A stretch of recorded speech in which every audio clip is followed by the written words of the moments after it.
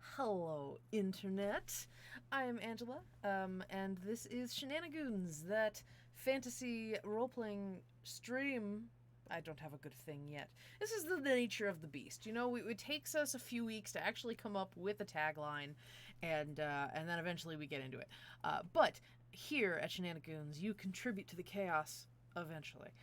We're still working on getting the books out of things. But hi, I hope you all are having a wonderful Tuesday. I am Angela, your DM du jour, and we are here with a let's call it a lean, mean, and efficient role playing machine with Heather and Tessa here tonight. We are continuing our adventures in the Book of Faebles. How are you both doing this evening? I am doing well. I am doing pretty good. Post surgery, and I'm able to sit up. So that's we are that's absolutely. We love having you back, and we're very glad that you're doing well. So, thank you very much. Definitely agreed. I'm doing okay. I worked all day, so I'm a little tired, but otherwise I'm good. Well, hopefully we'll put you at ease, and you'll have some fun tonight. So, let's do it. So everyone, once again, we are Shenanigoons, and we are playing D&D 5e. If you are new to the show, welcome. I did see that we had a bunch of folks from Kajari, and so if anyone's new from Kajari, or just returning, hello. We are members of the Nerdsmith Network. We're also directors of the Nerdsmith Network, the three of us. And we are a group of creators who love making free nerdy content for you, podcasts and live streams and other such sundries. You can find us at nerdsmith.org. Or if you like the show and you want to support us directly, you can find us on Patreon at patreon.com/nerdsmith. You can find those things in the rotation down here below me. We do all sorts of things. And really quick, we wanted to give a shout out to a few of our sponsors, some of the folks that help us keep our lights on, and we'd love for you to also go check them out, because it helps us and it helps them, and they're a bunch of awesome people, and we want to promote them as well as, pay the piper. So let's talk a little bit about some of our sponsors. First and foremost, we are sponsored by Eldritch Foundry. Eldritch Foundry is a really cool fantasy character creator for 3D miniatures. That's where our character art actually came from, is from their character designer. And you can print out really lovely characters. You can actually, we will be, and I gotta keep remembering to do that, we will be linking to our character designs so that you can take a look at what our characters actually look like full shot. And if you wanted to, you could buy one.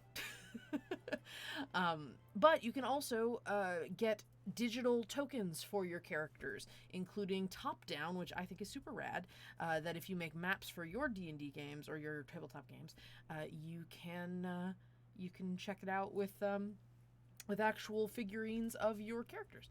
So that's that. I wanted to say something, and I'll say it later.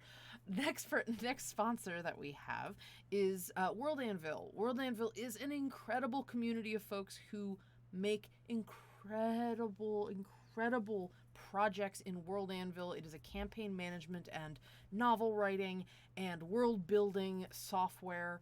The website's amazing. You should definitely check them out. You can try them for free and get a bunch of really cool features, but if you decide you'd like to support them and it is really worth your time, please consider becoming a guild member for World ANVIL. You get a bunch of really amazing customization features, and you get to help support and direct the development of World ANVIL, and they are just super communicative, and Demetrius him and his team, they're absolutely amazing, constantly coming out with new features. I'm always super excited when they talk to us about new stuff coming out, because it usually means there will be things to make our lives easier. There's just a lot of really fun features. My new favorite one right now, still my favorite, it's my favorite last week too, they have a bunch of improved tables, so you can actually make randomized tables for your worlds if you're using them for, say, campaign management. You want to do like loot tables, or I don't know, wild magic tables. You could do that. Just a thought. Don't know why that came to mind. But Not you at should, all. yeah, No, you no should clue. definitely No clue. check them I mean, out. Who would have thought of that? No, Mm-mm. no idea, no idea. No. Don't gulp yet. We don't have it set up yet. Um, but please check them out at worldanvil.com and light up the forge. I'm in future danger.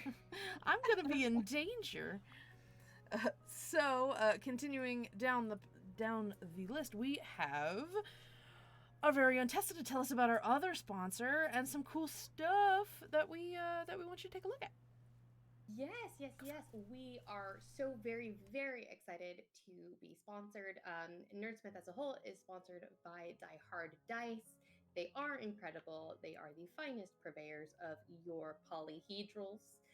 Whether you prefer the acrylic or the metal sets, they are amazing. 1 second. Sorry, my throat is still a little irritated. So I apologize. But I will say that the wonderful folks over at Die Hard Dice have been putting out some incredible products. And this month we are proud to feature the Emerald Ore polyhedral set. And Rumi once said that love is an emerald. Its brilliant light wards off dragons on this treacherous path. So I suggest you head on over to dieharddice.com, fall in love, and fight off dragons of your own with the Emerald Ore polyhedral set. And if you use code nerdsmith/November, you will receive 10% off of that order for this month. So head on over to dieharddice.com and check out those beautiful Emerald Ore dice. And we'll be showing off some new fun, fancy stuff come December. So the Emerald Ore, get it this month while they're still there. Speaking of emeralds, perfect segue. You'll understand in a minute.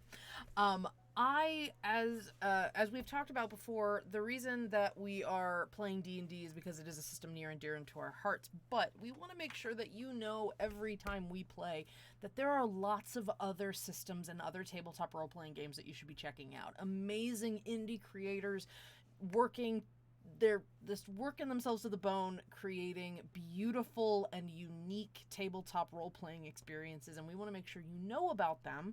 So we do a little spotlight at the beginning of every show. I forgot to do it last week, but we're going to do it this week. Speaking of emeralds, a game that I have had the absolute pleasure to be able to run a couple of times is Fusion. Fusion is a Steven Universe-inspired role-playing game vaguely based off of the Powered by the Apocalypse system. You should definitely check it out. It's by Random Tuesday. That's the author's name. It is currently still in development, but it is still worth checking out and supporting the author. And we had an absolute blast of a time. You are picking the type of, if you haven't played Steven Universe, you haven't watched Steven Universe before, Pygmy can attest to how cute it is. Pygmy played a middle-aged dad in our game, and it was delightful. But you get to pick whether you are a superhero gem or a human or a fusion of the two, or a hybrid of the two, and it's basically just a story of friendship and discovery and adventure, and it is absolutely adorable, and I highly recommend you check it out. So that is Fusion by Random Tuesday. Please check them out in the chat. You can find them at itch.io, and you're supporting a small indie creator if you grab a copy. And please let them know, review it, tell people, or at least spread the word on social media and let other people know. Because if you have friends who like Steven Universe and like playing role-playing games, this is right up their alley. Do it. So that's Fusion. So that's my little blurb. That's my little soapbox for supporting indie games, because you definitely should check them out. But we here at Shenanigoons are playing Dungeons and Dragons this evening. So how about we begin? Yes. With a recap. Okay. So for those of you who have not either missed last week's episode or you are just starting, let's give you a really quick recap. So our band of children, for lack of a better, in every sense of the word for some of them, 36 hours old. We are playing in a world that is very much like the worlds we've played in before in Shenanigans, except the place that we are in has been touched by the celestial realm of Mechanus, a land of order and machinery and precision. It is literally the plane of order. And our party is a group of youngins who have had some problems sticking to the path. Through some through no fault of their own, some through very what you would argue as very innocent reasons or very altruistic reasons. But they found themselves in essentially a boarding school for naughty children, to learn how to follow the rules a bit better. Which, of course, they immediately stopped doing and have now found themselves stuck inside a book, by the seams of it. The Book of Faebles, seems like a fairy tale of some kind, that they are in a forest currently, and they had been separated by a wild stampede of, what did we call them? They were somethings. Bull bears. Bull bears, yes. Or bear bulls. Bear bulls? Bear bulls. Bear bulls. Instead of, like bear gerbils, bear bulls. Uh-huh. So this stampede separated the group, and our Goa, Beza, a sentient statue, for lack of a better description, as well as Harland, our Furbolg down-home boy, they found themselves trying to rescue their 3 missing party members. Paru, who is a goblin-looking young lady, Oliette, a tiefling, bookish tiefling girl, and Villain, who seems to be a changeling individual. The 3 of them have not been seen, and Beza and Harlan spent their last adventure traveling underground trying to seek their friends. They ended up encountering a sentient fungi growing around the walls that seemed to communicate via spores. And when you inhaled them, you had experiences that were connected to your own memories, in an attempt to, I guess, empathize with what the fungus was trying to communicate with you. It tries to get across information through your own emotional connections to things that have happened to you. So yeah, that is how the fungus communicated, and as you traveled down this tunnel system to find your friends, you met another strange fellow, Gura the turtle, an old turtle, who seemed to have been hanging out inside, like in the wall, with the fungus, in some sort of relaxing repose. And when you woke Gura up, he was disgruntled for a moment and then decided you were his friends, and proceeded to help you both communicate with the fungus and travel further down the tunnel system to find more of his friends, which turned out to... And you partied hard. You met a little colony of myconids, of little mushroom people. They were very normal sized for people, not for mushrooms. And you proceeded to also communicate with these people. They also communicated via spores. So you got to know some things about the way that they communicate, and you got to take part in I guess sort of a reunion of sorts, a sort of party where all the spores from all the mushrooms kind of coalesced into one big cloud, and they were able to explain complex ideas to each other and to the group of them very quickly and effectively. And one of the things that you, Beza, were able to encounter was the sense that they had seen Paru before. And Paru had been somehow in communication with someone in the group.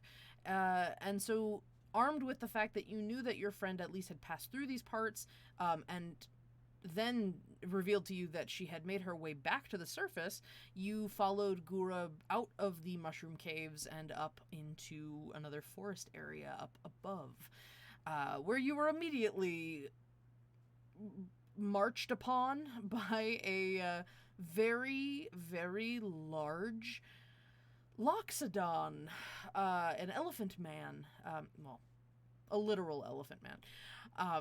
And he was riding a sort of rhinoceros creature that had clawed legs, and it seemed that he was on the hunt You saw a very large raven in the distance that he seemed to be tracking, but he's been interrupted by these three unusual folk, Beza, Harland, and Gura, and with his spear pointed at you, he announced that you were in the lands of Her Majesty of the Hunt, his lady, and by the rules of Her Majesty's lands, you are either the hunted or the hunter.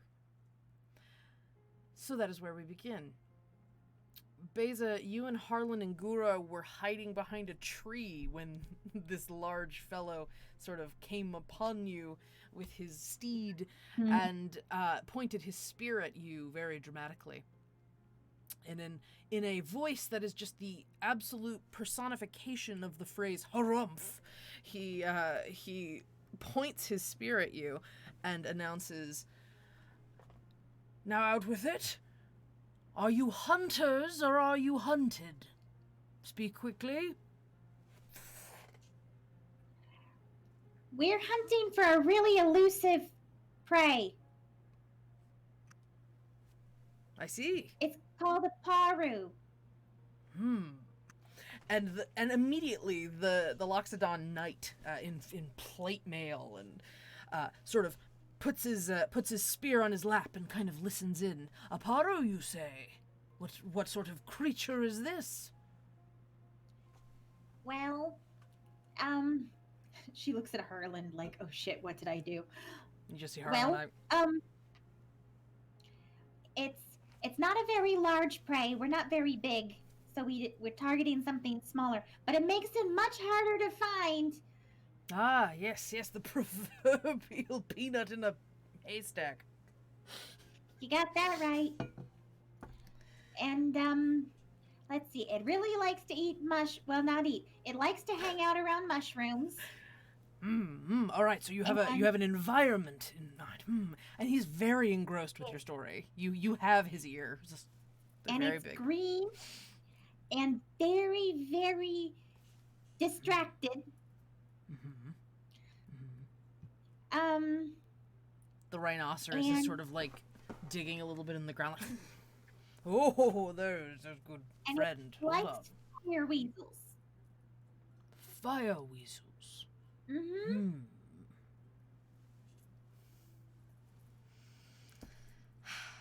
Pygmy. I forgot to put the chat in our layout again. When I get stopped by comments in chat, it needs to be up there so people understand afterwards what gets me. The Loxodon Knight listens very intently to your story and is intrigued. Well, I for one, I am hunting the great raven. You have not seen this creature before, have you? Not before today. But you have seen it today. Yeah, it was huge and it flew up above the trees over there. In what direction? And he kind of looks, his ears flopping as he turns. Couldn't hear you, Heather. Oops. She's gonna point him in the right direction as long as it's away from where they're going. Yes. It's just off to the side. It went that way. Very good. Right before we heard your horn, it flew up and went that way. Very good. Thank you very kindly, fellow hunter. Not a problem. He sort of spins his spear in a very flashy way, tucks it under his arm, and with his hand... Yeah, they had hands. I was like, do they have, like... No, they have hands. With his hand to his chest, sort of bows as best he can, and his rhinoceros mount sort of gets the vibe and also kind of bends forward. And he says, "I need your help, actually. What's this dude's name? Sir something." Chat can help, too, if they want. Because I'm drawing a complete blank. My brain immediately says, of course, Sir Didymus, but that is copyright, Sir... so no. I wanted to go Sir Dadimus, because he's big. Sir Didymus, oh my god. No. Tuskendale, I kind of love that mouse. I like that. I love like it. That. Dunbus is the name of the rhinoceros, however. I am Sir Tuskendale. If you ever need me, please do call upon my lady, and she will instruct me to help. A fellow hunter is a friend indeed. I never forget a fellow hunter. I It was gotta get better very at those nice little to things. meet you. You as well. It's just My really- name is Beza. Beza. Sir Beza, is very nice to meet you. And yeah, go ahead. And you. And she gestures at the mount, because what does she know? Just kind of pulls up dirt. And Gura just sort of nods. And Harlan is just kind of amused by the rhinoceros creature, as it's sort of digging and rooting around in the dirt. So Sir Tuskendale looks out into the forest, and It seems it has moved a very far ways away, and it will take me some time to find this thing, but perhaps I can aid you in your quest. Would you want accompaniment? 'Twould be my pleasure. She looks at Gura and Harlan like, uh-oh, what do we say? Gura kind of looks up at the guy. Gura think that you perhaps, a little loud for our, and he looks at you, Beza, hunting. And Harlan kind of adjusts his hat and is just like, and here we go. Lay it on us. Lay it on us. Let's hear it. Well, now seems to me more heads have been than less heads. We should maybe I don't know, see if they I don't know. I didn't have a Harlan prepared. But Harlan, in his folksy wisdom, does imply that this thing, this knight might know where to go around and how to travel in this forest. So, Beza, sounds like you're Dorothy right now. Oh boy.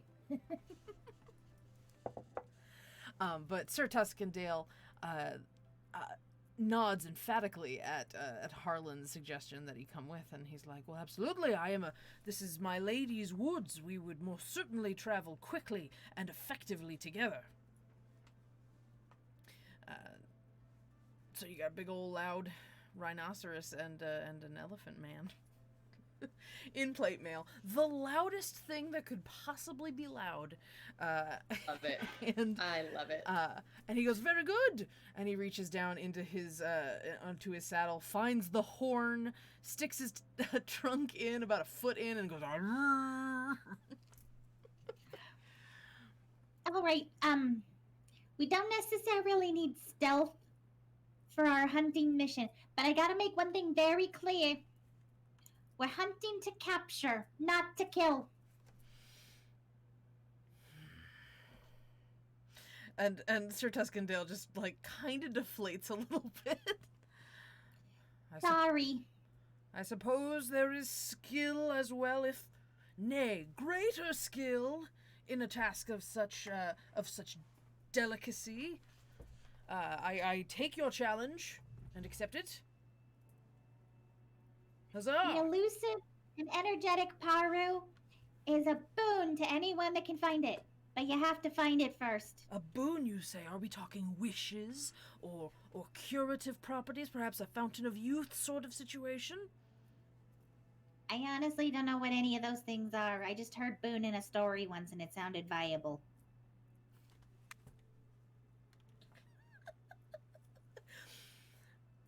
Well, we shall discover together the benefits of this Paru. All right. It definitely improves your mood. Excellent, though I would say that my demeanor is of excellent quality, my lady says so. And he proceeds to put his spear up in a dramatic fashion and have his...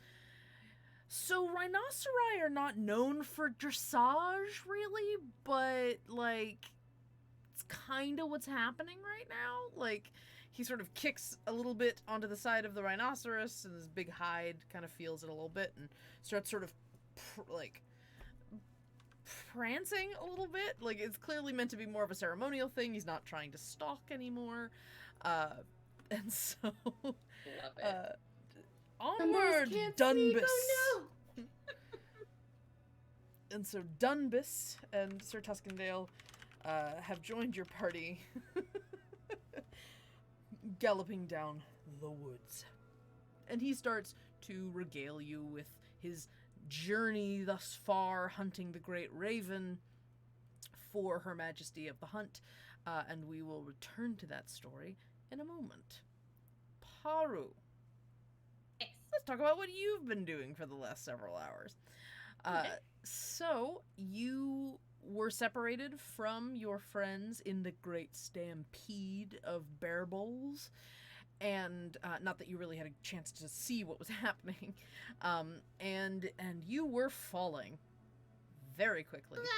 As you sort of roll onto the ground and dust kicks up, you hear sort of your ears ringing. It takes quite a bit of time for you to kind of regain your senses. Are you okay? Are you okay? Okay. Are you okay? Okay. All right. That was not fun. Any other mushroom friends to check on, or it's just the two? Just the two of them. Just the two. Okay. So Paro, you kind of collect yourself a little bit and start picking yourself up. And as you do, you hear a and the ground falls out from under you again, and you fall another great distance. And you're falling too long for you to be comfortable, and it's very nerve-wracking, and there's a part of you that's just like, maybe it'll be quick. And as you hit ground, you bounce a little.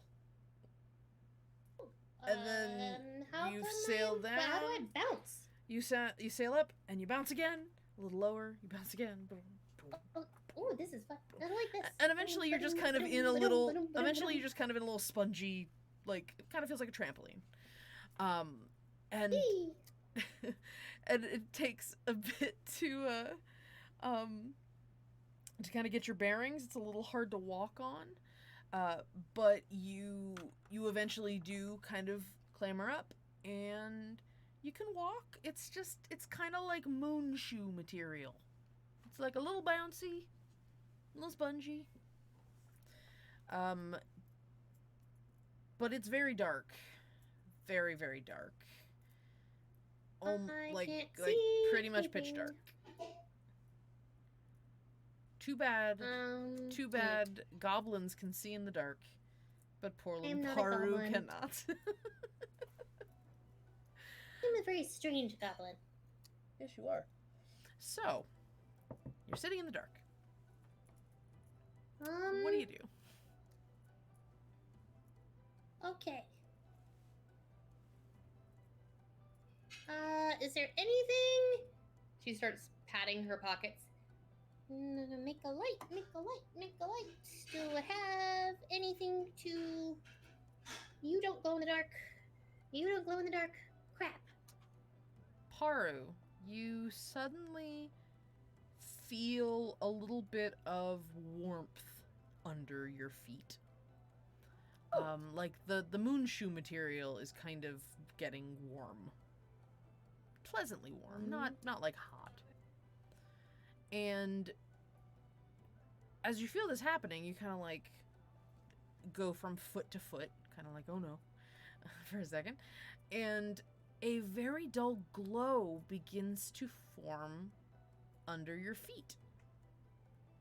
Kind of like is very helpful. Thank you. Kind of like surrounding your feet almost. There's like a little like a dull yellow glow.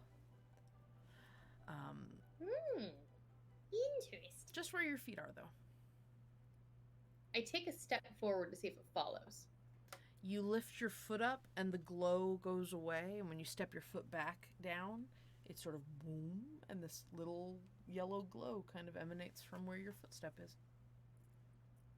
I bend down to try and look closer with my foot on the material so I can try and see what it is, and I just kind of whisper, "Thank you. If you can understand me, thank you very much." Do you touch it with your hand to like get a sense of what it is, or are you just using your foot? Yeah, I'm trying to figure it out. So as you touch it, you know what this feels like. You've studied all sorts of fungi.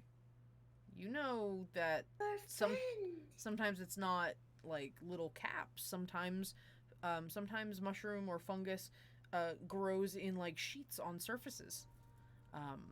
So yeah, this appears to be like some suspended fungal growth of some kind. We found friends. This is awesome. Okay, let's see. Okay. I'm very gently gonna kind of like, I don't want to like scrape it, but I'm just gonna kind of pet it. Okay. Like almost like you would pet like a kitten, just being like, "Oh, hello, friend." You feel. Thank you for the light. Yeah, you feel a little tiny bit of vibration from where you like pet it. Thank you. And you feel the warmth a little bit fade from underneath your feet, and the glow that was underneath your feet kind of starts growing and spreading, but like in a particular direction. I was just about to ask that. You are so smart.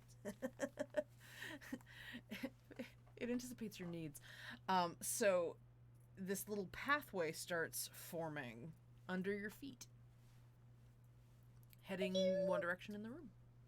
And she starts following it because, of course, she does. You gotta trust the mushrooms. Follow the yellow mush road. Follow the yellow mush road, absolutely.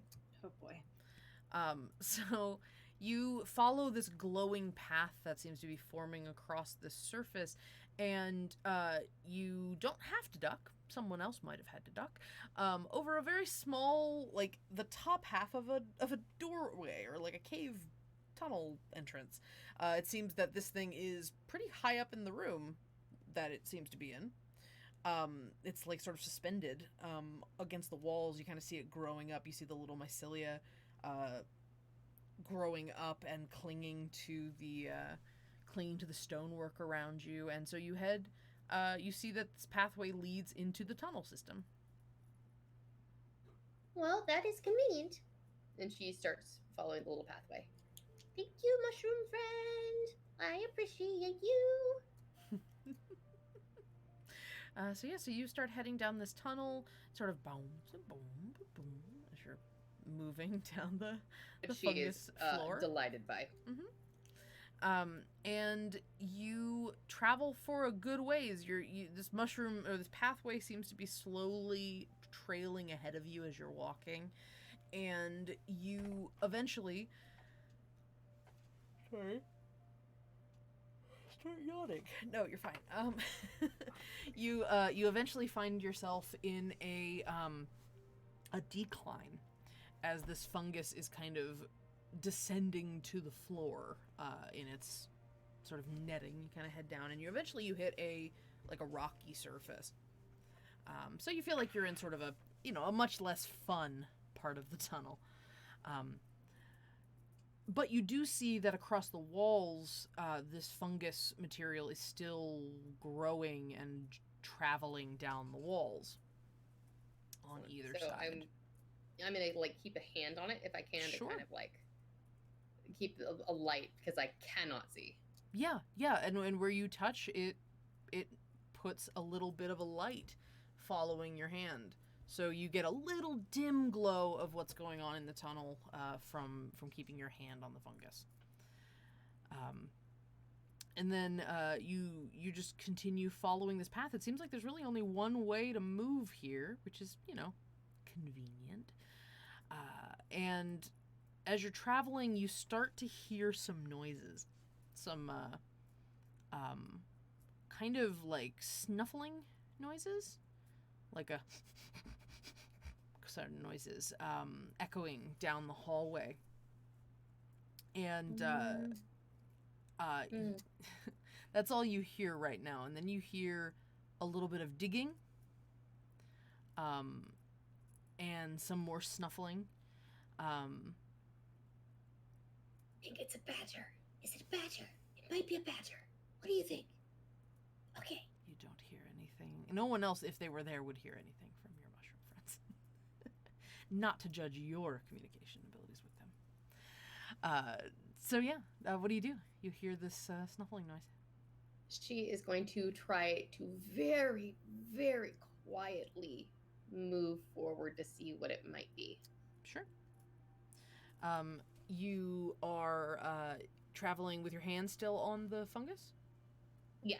Okay. Because otherwise, if it's pitch black, she can't see anything. Exactly. So you continue traveling with this fungus. You have the dim glow following you, and you hear the snuffling and the digging get louder. You start hearing scratching, and you see a few, let's say a couple of yards away from you, a very large mole by the looks of it. It's a dark furred creature, probably the size of like a cow. And That is so much bigger than me. Yeah. But you see it's like scrabbling at a little, like, there's like a rock covering a sort of little hole in the wall. It's almost like it's blocking something, and it's trying to get in there. It seems angry, like it seems like it's trying to get in there to get at something. And as you watch that, you see a tiny little stick poke out of the hole at the mole, and it bops it in the nose, and it's like, and it starts like scrabbling again to get at whatever's inside there. Okay, Paru is like, oh, it's trying to eat something sentient, potentially, is what she's getting from that, if there's a stick that's being poked out to, like, get it. So she's going to try and be as brave as she can, knowing how big this thing is comparatively to her. Mm-hmm. Hey, that's not nice. We don't eat friends. Shoot, shoot, shoot, shoot, shoot, shoot. And she, like, kind of runs forward, like, flailing her hands, trying to, and, like, takes her hat off, and she's, like, flailing her hat, like, shoo, shoo, shoo. Okay. Do not eat the friends in the walls. We talk to the friends in the walls. We do not eat them. Now go. Go, go, go, go, go, go. You find something else to eat. Give me an animal handling check, please. Oh, God. Oh, I'm so scared. Or intimidation, whichever is better. Well, intimidation is negative. Animal handling is positive. So let's go with that. Oh my God. 14. 14? Okay. So here's the thing. You surprised the heck out of this thing. It was very focused on the little whatever it is inside the wall, and how do I put this kindly? Paru's voice is distinctive. It's piercing. Yes. Yes.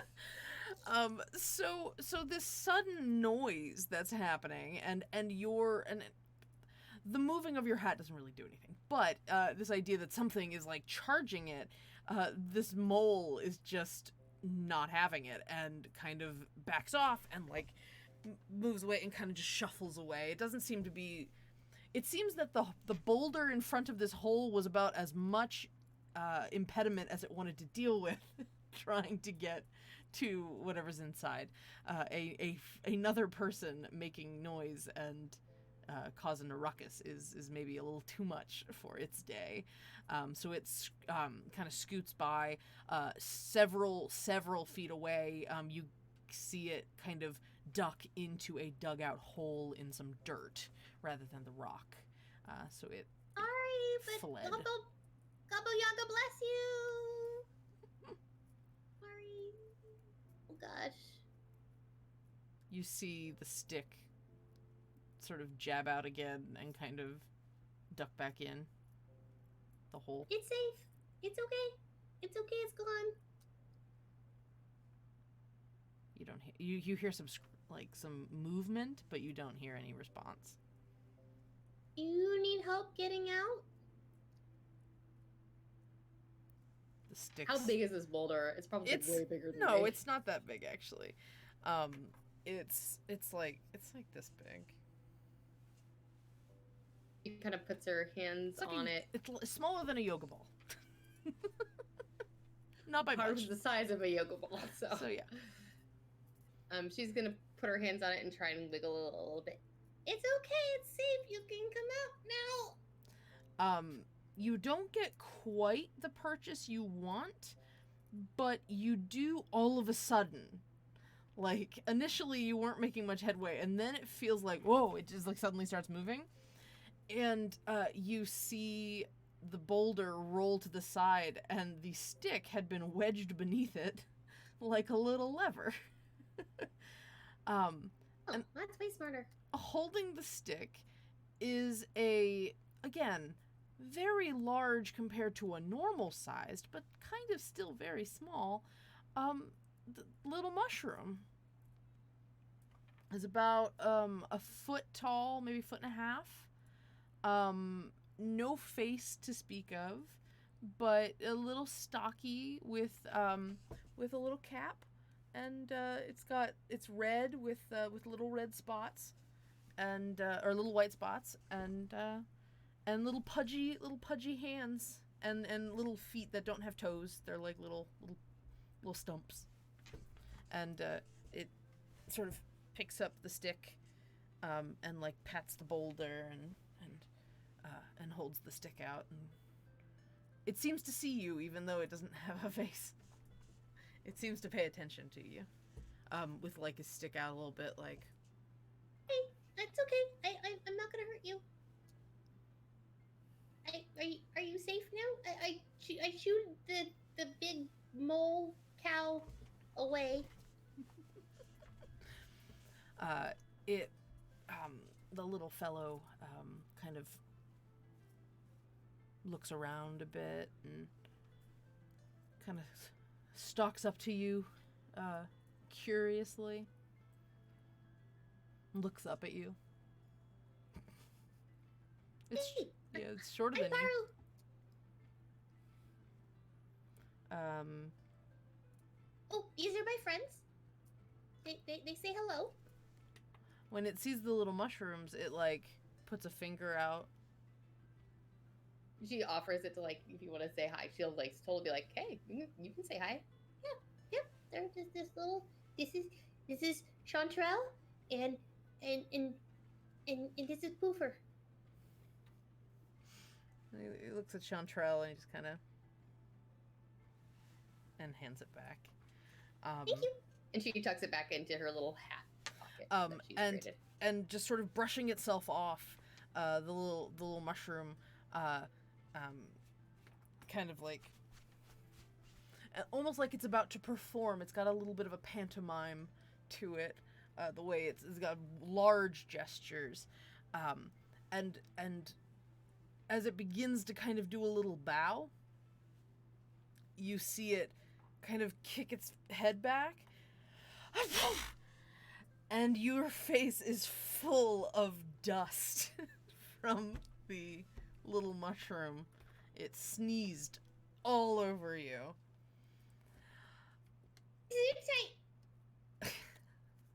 Give me a Constitution save.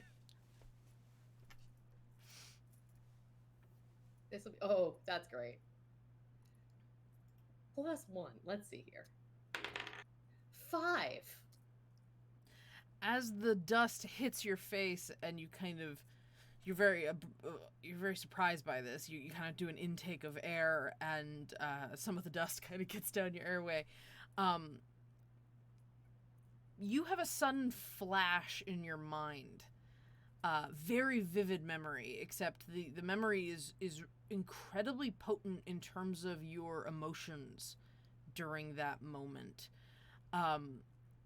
Paru, could you please share with the audience a moment where you were incredibly curious about something and then delighted by the discovery of it?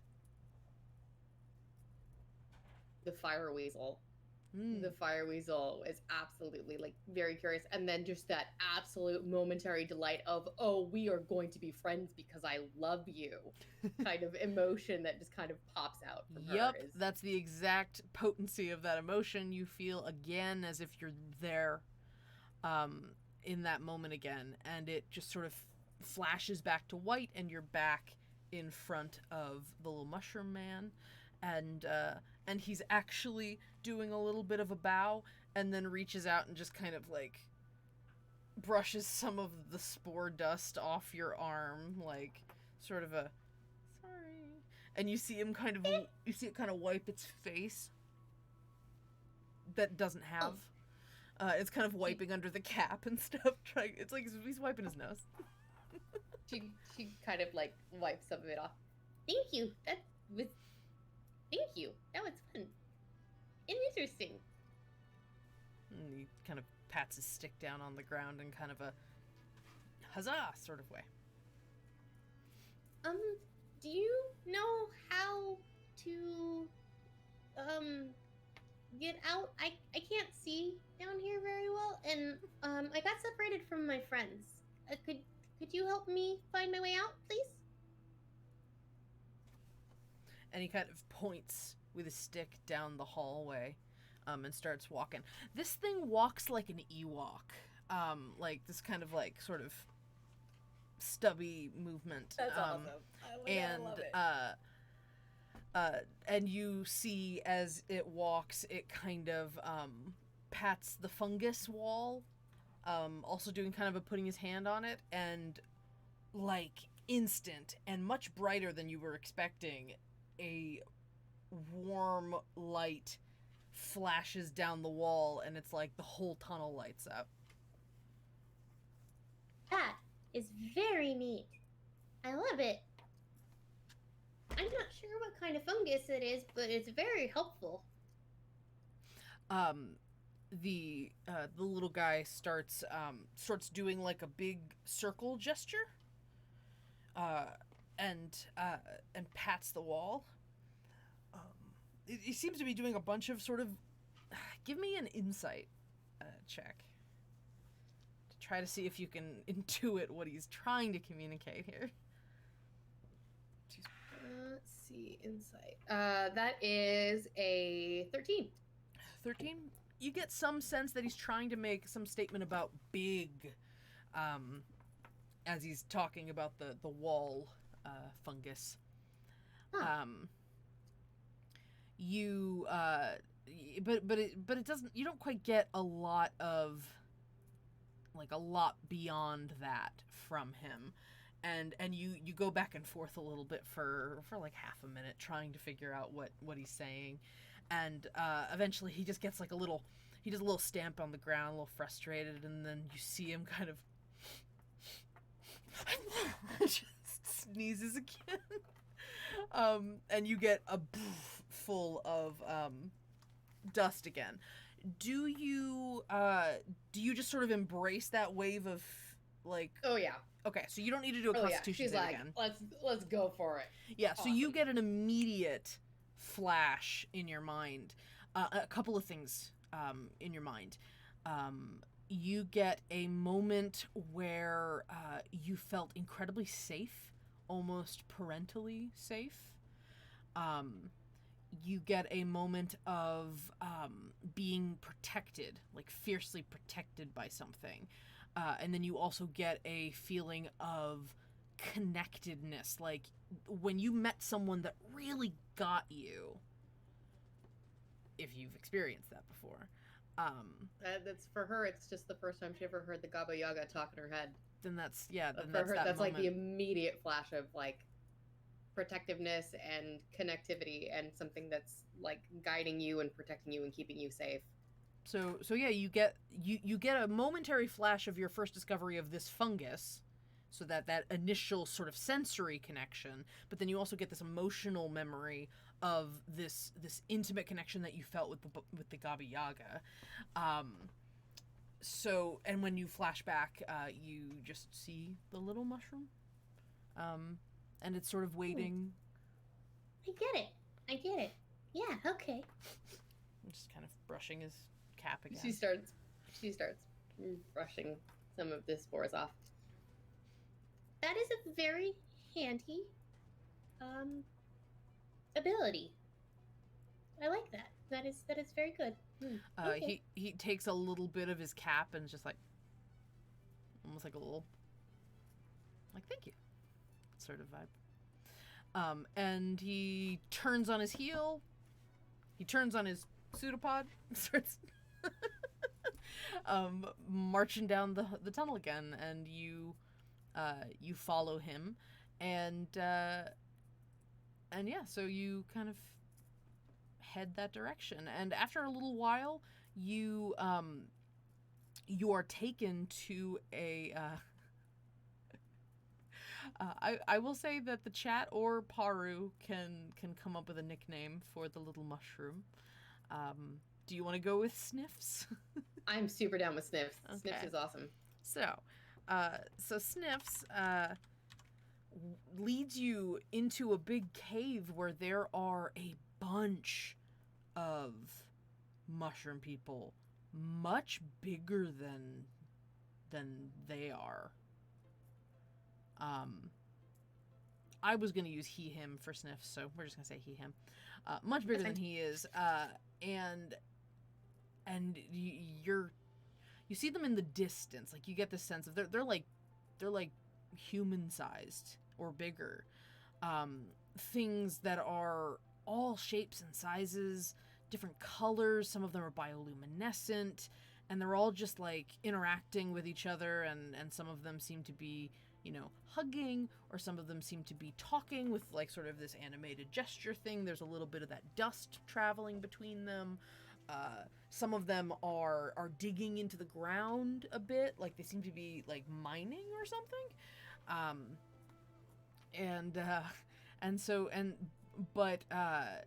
But Sniffs is sort of walking you along the edge of them. He's sort of like little guy in a very big world, and he's kind of like taking you across the edge to get past them. He seems very determined going a particular direction. Are those friends of yours? And then Sniffs sort of doesn't know how to answer that. So instead of a sneeze, which seems, now that you see him do it differently, it seems the sneeze might be involuntary. So you see him, you see him kind of go, and there's a little poof in your face, and just a little bit, you get a sense of like familial connection. So yeah, Welcome, Raiders. We shall beware secondhand Teds. Only brand name Teds for us. Indeed. What about generic? What about new generic Teds? So you're following along in this mushroom cave, with all these sentient mushrooms wandering around, and Sniffs. He's not afraid of them, but he seems very determined. You seem to have put him on a very particular path, and he's like to the job sort of fella. Is it okay to say hello to your family? I'm very excited to meet other mushroom. You just see a shrug.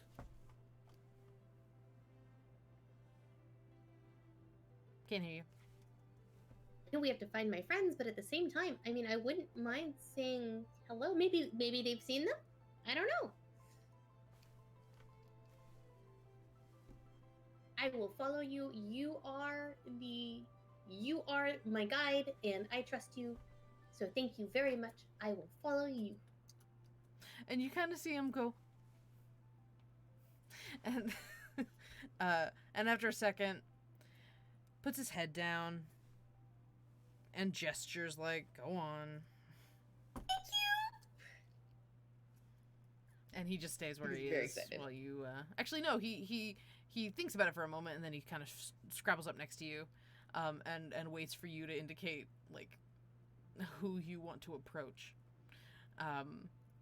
What would get Paru's attention the fastest? Something glowing, something really odd looking, something big.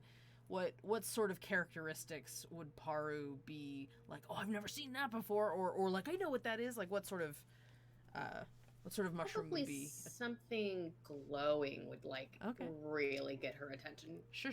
Either something glowing or something she's never seen before. And if there's How a combination about of those both? two, she'd be like, "Oh my god, Sure. who are you? I need to know." So you kind of, and it's the easiest to pay attention to them.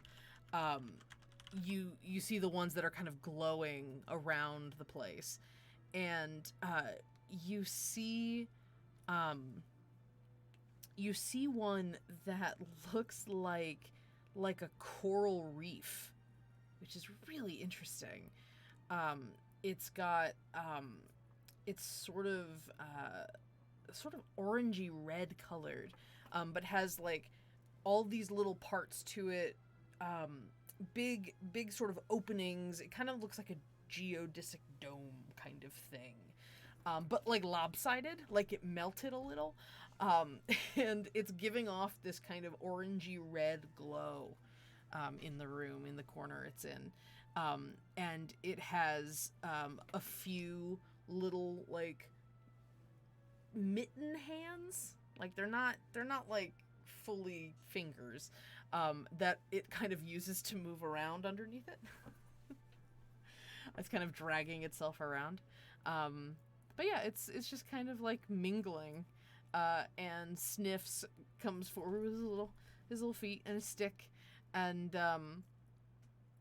sort of gets up to it, and you kind of see him wave a little, and the Myconid sort of slows, and it seemed to be moving in one direction, but it doesn't like turn to Sniffs. It just sort of stops, and Sniffs is sort of does that intentional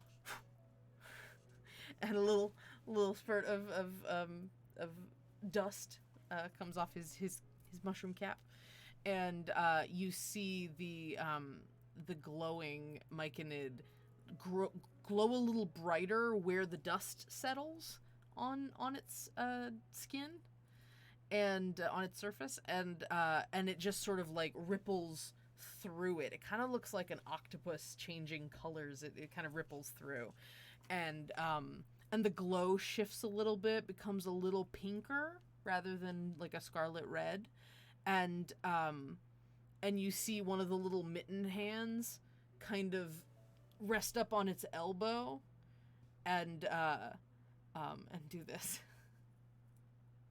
Like the little wave.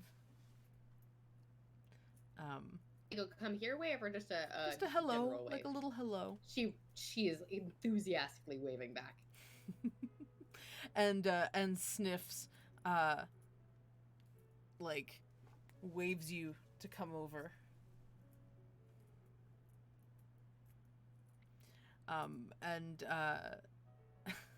So as you get there, the elbow, the forearm of this little mitten hand, this mitten hand is taller than you are. It's a big mushroom, and it puts its hand out to you, and Sniffs is like with his hands trying to like mime what you're supposed to do. She does. She takes this cue and puts her hand on it. Mm-hmm. So you don't have to inhale dust to do this, but when you touch hands with this, it's very spongy, and when it sort of like grasps your hand in a very gentle pressure, and as it does, it glows a little bit again, and you get another little flash. You get a sense of deep academic curiosity. So maybe something that had to do with when you were learning about mushrooms for the first time or something like that. And you are just filled with this idea of, well, I'm fascinated. that is sort of the thought process going through your head in this moment of memory.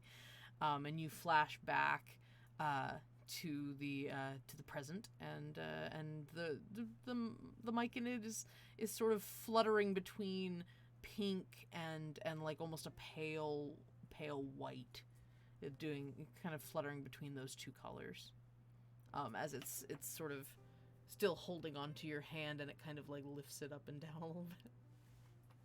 It's very nice to meet you. I am Paru.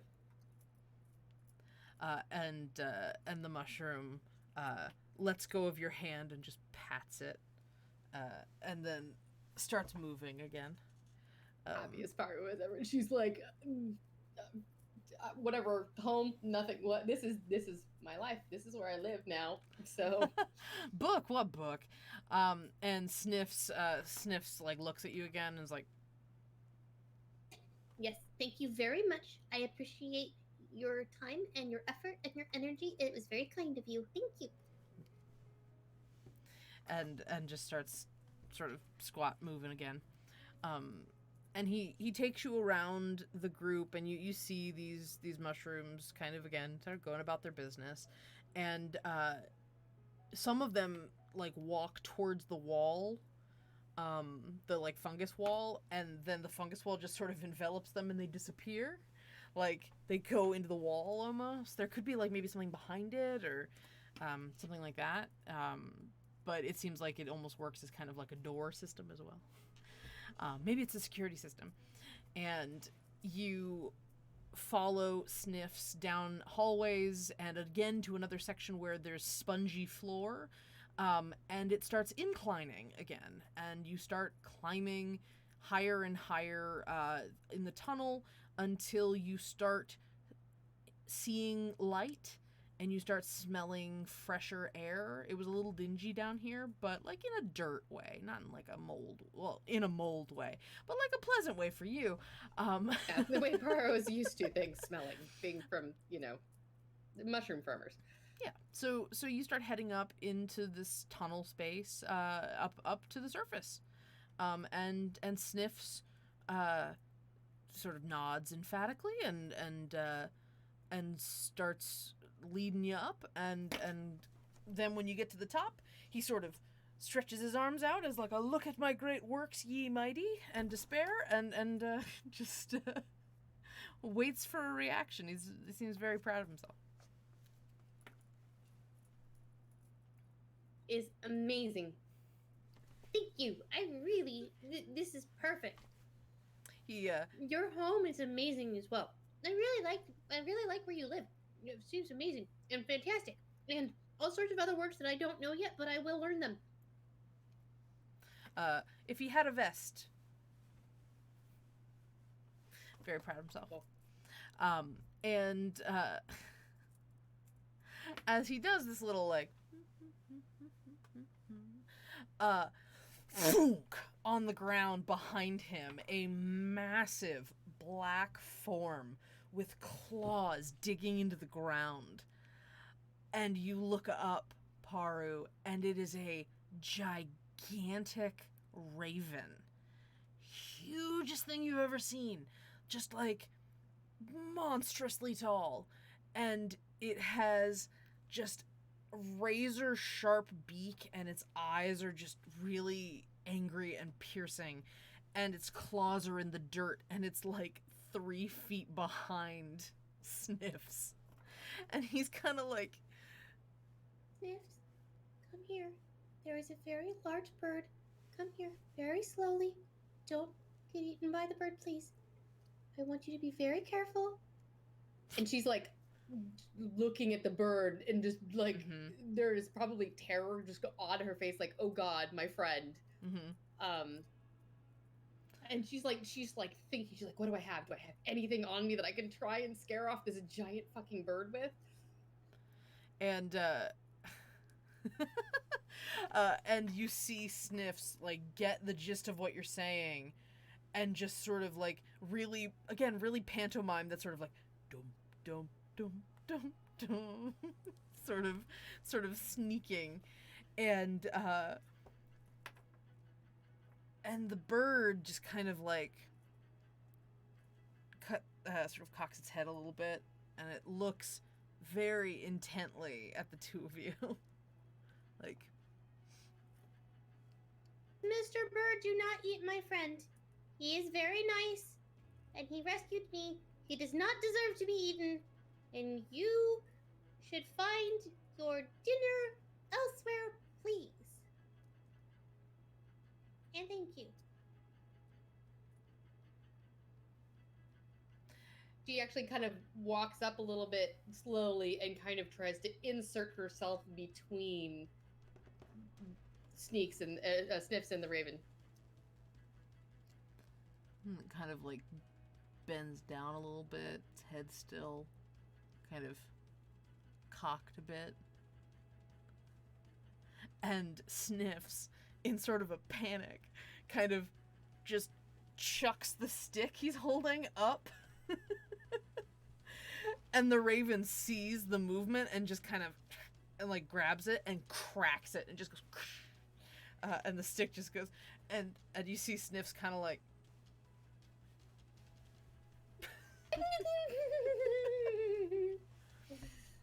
Must protect the you push mushroom the mushroom away, like, back. Yeah. Like, no, Yeah. you don't need to do that. You You're don't need to do that. okay. We're gonna go this way. It's very nice to make your very large acquaintance, sir, but we are going to go away. Thank you. And the Or bird, ma'am, I'm sorry.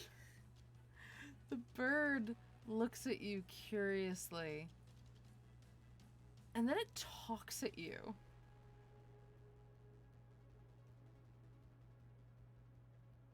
You are not from around here.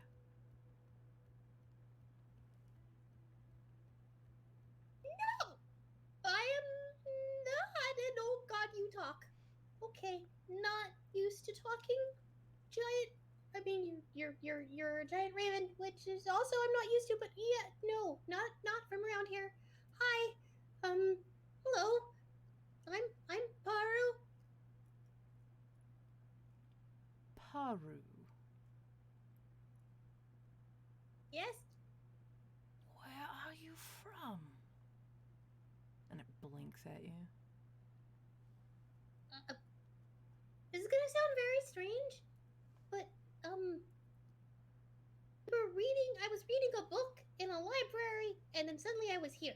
So I don't actually really know where here is, but so I'm from Oh my god, I just forgot the name of the town we live in. Chronogram 4. I'm chronogram 4. Those words don't mean anything. Yeah, they don't really make much sense to me either. My lady would be quite curious to know more of you. You are not from these parts, and she knows all in her domain. Oh.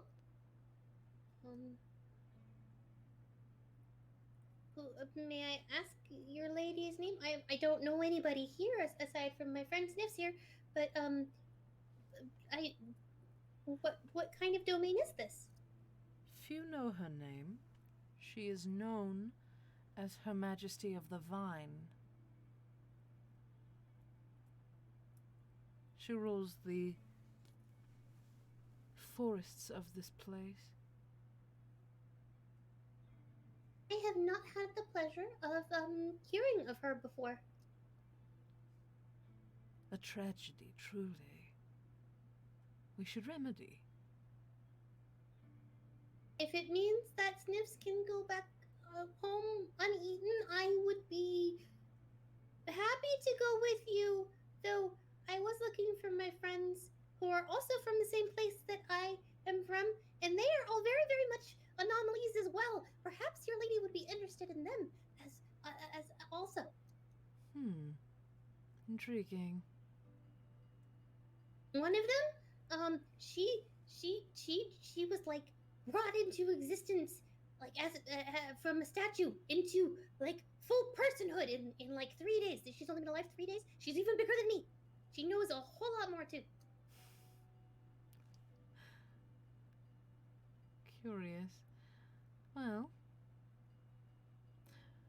And you feel Sniffs kind of pat you on the leg, and like march up to your side, like sort of a I'm not going anywhere sort of vibe. Don't give me feels for a sniff. God damn it. Like I didn't plan this. I know. And Sniffs is just like there, and the Raven looks down at the two of you. Well, you make quite the pair. Tell you what. If I bring you to my lady's court, perhaps she can help find your friends. Oh, well, that sounds like a very good idea. A fair exchange would be needed, of course, but she is not unkind to strangers. Can Sniffs come too? I don't believe we have much of a choice on that matter. Sniffs is like, yeah, bring it. Like that kind of vibe. And Paru's first crush is born immediately. God damn it. So you, perhaps it would probably be more comfortable for you to not travel by beak, so let's say, and she brings a huge clawed foot forward and kind of like just rests her knuckles against the ground. If you hold on, I'll be gentle, I promise. Paru looks at Sniffs like, are we doing this? Alright. Disaster children away. So Paru scrambles in. Okay, so you scramble into the hooks of this raven, and you sort of like cling onto a toe. And you feel like a roller coaster, like a hanging roller coaster. You feel yourself get kind of pulled back a little bit as it holds on, and you feel Sniffs kind of grab onto your leg, kind of hoping like he can't quite get an arm around the foot of this raven, but it seems like she's holding, like she's basically cradling you in a foot. She's definitely holding on to him too. And in the distance, before anything happens, in the distance, you hear this deep, bellowing horn. This like, ooh, and you hear it again, ooh, and all of these little birds that might have been in the trees just sort of kick up and take off in a big rush, and you see the raven kind of hear the noise. We should be off. Now, little ones. And Ma'am, was that a question? no, I was just affirming. Yes, we should be off, and I will absolutely abide as you say. Oh, good. I love when people agree with me. And she takes off like in a big rush of wind, and like all the little shrubbery around and trees just all kind of blow blustery at the wind that her wings pick up, and she has taken to the sky. And now you're flying in the air. Oh God.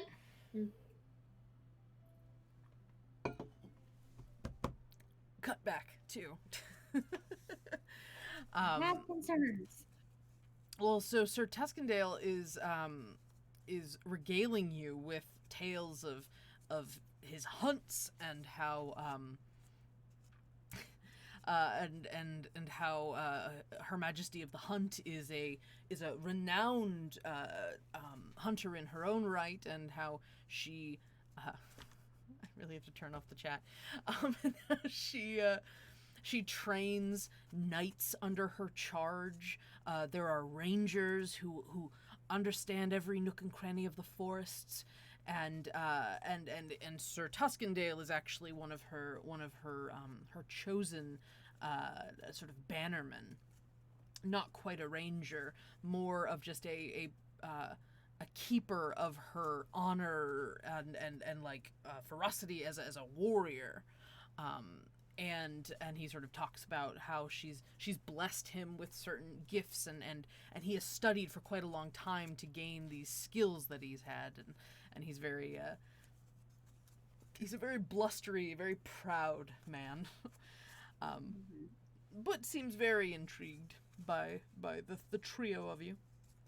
Yeah, he seems nice enough as long as he thinks we're hunting. So Sir Tuskendale, I have a question. Yes, little one, what can I do for you? What questions do you bring? So, I'm definitely hunting a paru, but to be perfectly honest, this is my first big hunt. And, I didn't really get a lot of training on the whole tracking thing. Oh my, that will not do. And he sort of halts a little bit, and Dunbus sort of grabs into the ground as he holds back the reins. Well, that simply will not do, my lady. And he thinks about it for a moment, and he hops off the rhinoceros and goes boom, and he kind of hits the ground. He's real tall. He's probably about 7.5, 8 feet tall, and he looks down at you, but he leans down onto a knee, and he says, "My dear Beza, it would be absolutely wrong of me. I would be bereft of honor if I did not offer my services to help you in your first... It is an honor to be with you on your very first hunt, and I would be much obliged if I may... No, that's not the way to do it." And he looks back at the rhinoceros. "What's the order? No, I would be greatly honored if you would act as my squire for this hunt."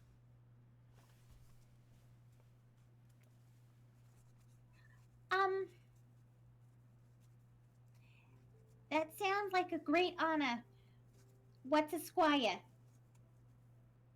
A squire? Well, a squire is an apprentice. You would learn the great ways of the hunt from one of Her Majesty's chosen, and would learn great techniques in combat and tracking and survival. You will learn everything you would ever need to know to be a great hunter. Oh. All right, that sounds good. I mean, combat, and she flips her blade out. I'm definitely used to that. Well, not used to it, I guess, but I was built for it. Oh, I see that. You're quite impressive. Lots of little surprises about you, aren't there? Just two. And she flips the other blade out. I am enchanted. And he puts his big ol' Loxodon hand out. Well then, it is an agreement then, little Beza. You shall be my squire, and I shall be your teacher. Sounds great. And she flips the blade back in before she shakes his hand. Thank you. Very, very considerate. Thank you. And basically grabs up to your forearm and just... So he hops back on Dunbus, and you proceed to continue walking. You see Gura and Harland are in a little bit of a conversation.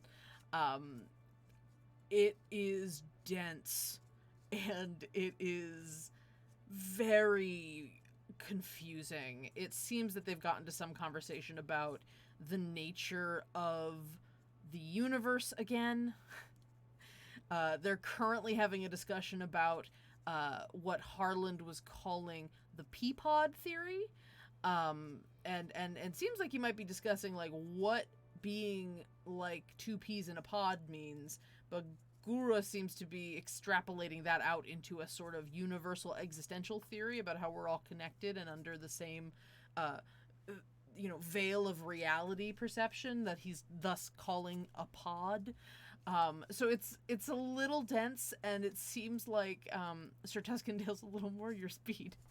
Yeah, she listens to exactly as much of it as it took to understand what you just said to describe the conversation, and then immediately turns back to Sir Tuscandale. So what's the first lesson? The first lesson? Oh, well, you've already learned the first lesson. You are either the hunter or the hunted. That is the nature of the world. It is an unkind place, and you must learn to use your skills to the best of your ability in order to not be stepped on. Yeah, I definitely want to be the hunted. Or hunter. Sorry, hunter. I want to be the hunter. Yes, make sure you get those straight. Yes.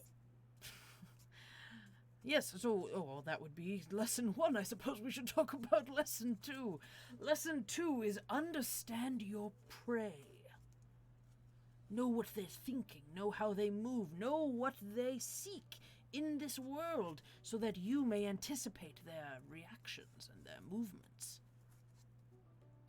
All right. Well, Paru likes mushrooms.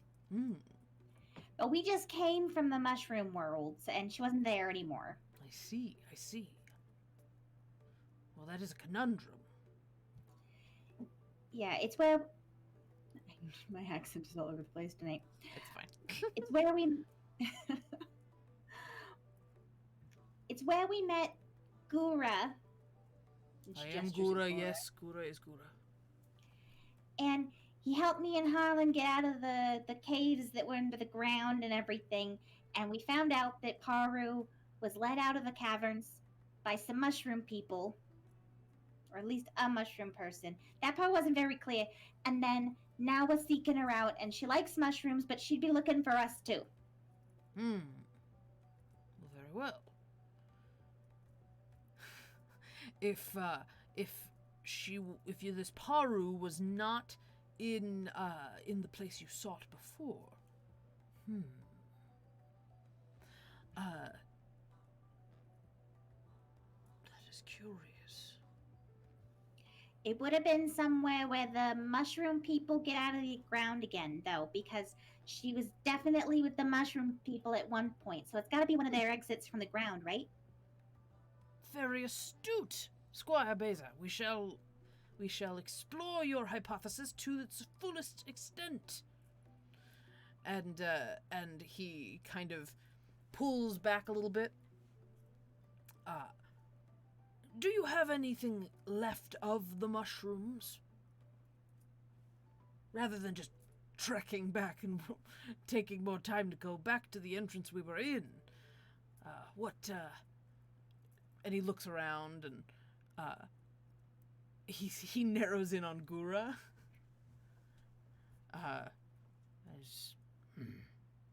You there, turtle man. And he has Dunbus kind of trot up to Gura, and Gura's just like, Gura, do not need trouble. And Dunbus kind of like puts his big old horned snout right in Gura's face and is like smelling around, and Gura's just kind of taking it. He's just kind of like as this giant rhinoceros is sniffing him, and he reaches over Dunbus like reaches over with a nose over Gura's shoulder where his shell is, and you hear the sound of teeth coming down, and he pulls, and you see some of the fungus from the wall, and he like peels some of it off from under Gura's shell, and he's just like, oh, that is not Gura's. Gura was holding it for a friend. Sorry. I make myself laugh, and it doesn't make the joke very funny. Nice. So the rhinoceros creature just kind of like drops it onto the ground and like shoves his face in it, and he's just kind of like smelling it. It's like, ah yes, Dunbus is quite the tracker. He certainly will find another entrance if there is one nearby. And so Dunbus is just like, Well, that's fantastic. That's the spirit. That level of enthusiasm will get you far with me, young one. And Dunbus kind of sniffs and then kind of sneezes a little bit and then looks up and starts like rooting around in a circle around you all. And Gura kind of goes back down, picks up the fungus bit and like kind of shoves it in a pocket and just kind of and Dunbus starts heading in a very specific direction, and Sir Tuscandale is like, onward, he has caught a scent. And in a bit of a higher, Onward! That's the spirit. And he you all proceed to start at a little faster of a clip, trudging through the forest. A few minutes later, you do come across another entrance in the ground, another hole that has been dug in the ground, or dug out of the ground, and you see more of the fungal growth, the little mycelia, and yeah, you in fact see another entrance potentially to the mushroom kingdom, to where the mushroom live underground. And so you look around, but in front of this entrance there is a giant torn open hole in the ground, like something dug, like rooted down into the dirt, like almost like a slash through the dirt. Something big was digging here, and Dunbus kind of trots up with his rider on his back and sniffs around and gets to the mycelia on the wall, like in the tunnel entrance, and gets very up in that. He kind of like uses his horn and kind of like sticks it into the fungus a little bit, and Sir Tuscandale says, "Ah, well, I believe this is what you were seeking, is it not?" It looks a lot like the entrance we came out of. Well, a very good starting place, then. We will take a look at it. Oh, well then, Dunbus, look at this find! And he pulls Dunbus around to kind of investigate this hole that's been dug in the ground. And Gura, meanwhile, Harlan's following Gura, and Gura goes into his pocket and pulls out the rest of the fungus and just kind of like drapes it on the wall. There, I do not think Gura has not missed. That was last of it, right? You don't see any more. And he looks at Harlan, and Harlan just starts kind of like spot checking him for any other fungus.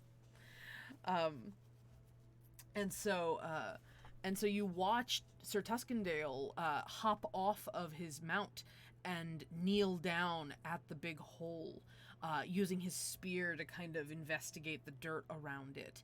And Dunbus is sniffing furiously at the ground. And Sir Tuscandale sort of nods his head. Yes.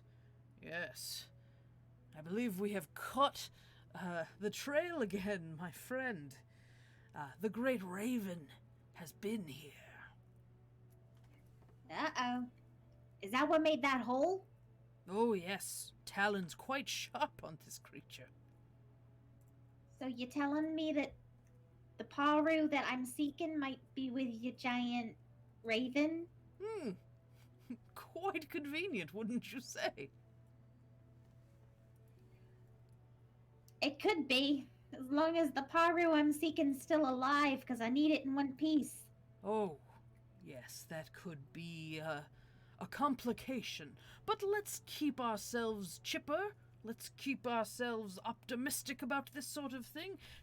No good ever came from being a worrywart, let me tell you that. 4th rule of knighthood. All right, 4th rule of knighthood, don't worry. And he hasn't mentioned the 3rd rule. So... Did we skip one? No, it's just you need to learn some other rules before we go back. Don't worry about it, it'll be fine. And he gets back onto the rhinoceros. He seems a little flustered. This might be his first squire. So Dunbus kind of sniffing very furiously. Ah, yes, my friend. I don't think we're very far behind. perhaps we need to pick up the pace a little bit. You all get on board. Dunbus is like, looks over at Sir Tuscandale. Oh, don't be a pest.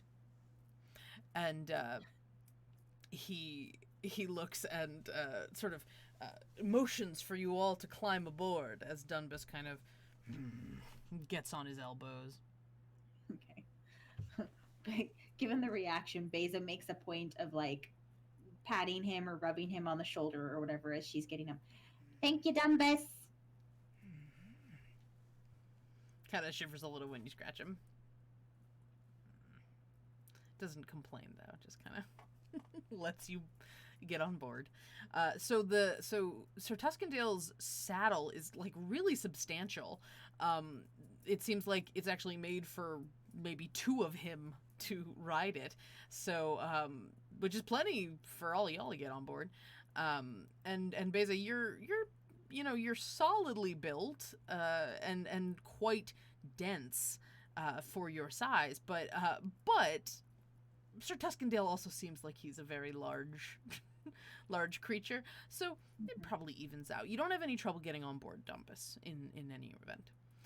So you are directly behind Sir Dumbus, and Gura is is next. He kind of is like, and Harlan just like latches on to the back of Gura's shell and is just kind of hanging back there. And Harlan's just like, oh yeah, this kind of reminds me of those like hay rides back home. This sort of, yeah. A lot less spooning though. And he's just sort of holding on. I am doing Kyle such a disservice right now.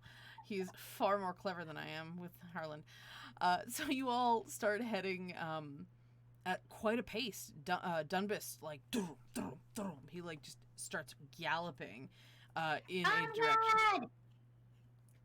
Huzzah! On the hunt we are! And he points forward with his spear as you're all sort of trotting forward. Part of me is terrified that this is Beza's like first adult role model who isn't a dick. It is going to be interesting. Yeah, that will be. So, absolutely true, Pygmy. You absolutely do need to remove your upper lip entirely to do Harlan. Yes, a little like this, yeah. I don't remember. I think I'm doing the wrong Southern. It's fine. So you all are. We're gonna fast forward a little bit. The group of you with Sir Tuscandale head into the woods, deep into a darkened, sort of overgrown area of the forest. The canopy is very dark and dense. There's vining everywhere. You see a lot of animal life here. It was actually a little sparse in the spots that you were before, besides the giant bear bulls. And you are very tensely silent and kind of like buzzing with excitement as you're riding forward, and Dunbus and Sir Tuscandale sort of start getting a little quiet. Like there's a little less harumph to him as he walks forward, and he has a spear, and Dunbus kind of slows down, and you're like trotting a little bit in this darkened forest area. And you see Sir Dunbus, not Sir Tuscandale. Dunbus is the mount. You see Sir Tuscandale move his hands in a very particular way and mutter some words, and when he touches his spear, the tip of his spear lights up. You see it almost becomes sort of a beacon, and he uses it a little bit above Dunbus's head to offer you some light as it gets a little dim here under the canopy of the trees. And you just continue trotting along. Paru is real loud and real high up and real bright, and there's a lot of air everywhere. It's windy. And as you're clinging on to the Great Raven, and you see everything below. It's amazing. It's not your normal bag, you know. You're usually a lot more interested in what's beneath the earth than what is above the earth, but you get this beautiful wide view of the world around you as the raven is flying. It is so much forest. It's absurd how big this forest is. It almost goes to the horizon. But interspersed throughout it, you do see these very tall, thin mountains, those isosceles mountains that Beza mentioned when she was up in the trees. You see the very tall tower beside the mountains, and you see canyons with a river through the middle. You see bigger trees, like sequoia-sized, out on a different direction. It is incredible. This place is huge. How could this be inside a book? And as the raven begins descending, you see that you are actually heading for a very large, it almost looks like a briar. It's vining and like spikes. And for a long time you're flying over this sort of like really knotted space in the forest. It's very dense, very hard to see anything beyond it on the floor. But then all of a sudden it breaks. The vining. You're no longer in this vining space, and you fly over this beautiful plain of grass. Tall grass, very tall. Almost yellowing. Like, maybe it's not grass? Maybe it's like corn or wheat or something. And as you go further along, you start to see patterns. You start to see like almost a maze. Like movement, like all sorts of little pathways and hallways and witchways in this field. And the raven starts descending further, and you pass this plain of wheat or corn or whatever it was. It was hard to tell from the height you were still at. And as you get past it, you see a beautiful downed tree. Huge. It's like a log. But this thing is, like, it may as well be the size of a small, like a castle. But it's a sideways tree. It's sort of like a worn out, hollowed out tree, and the raven descends and lands on top of this log, and kind of claws around the top of it, and finds a sort of knot in the log where there's a big hole, and it hops down in there. And there's sort of a little whoa. She was sort of hopping a little bit on one foot because you were all in her foot, and she didn't want to like squish you. But as she kind of flutters down a little bit and hits the ground, she loosens her foot and is just like, lets you go. And poor little Sniffs is still clinging, like, to your foot. It's okay. It's okay, Sniffs. I got you. We're here. You have to kind of peel him off. And eventually he just kind of he just sneezes. Okay, buddy. And Paru, you get a very momentary flash of the dizziest you have ever felt. And kind of a, like, if you've ever woken up from a nap that you didn't expect to take, and it takes a while for you to kind of get your bearings again, that feeling. And he does seem a little off center right now. Oh, poor buddy. Okay, we're here. I assume that mushrooms don't have really good inner ears in terms of balance control.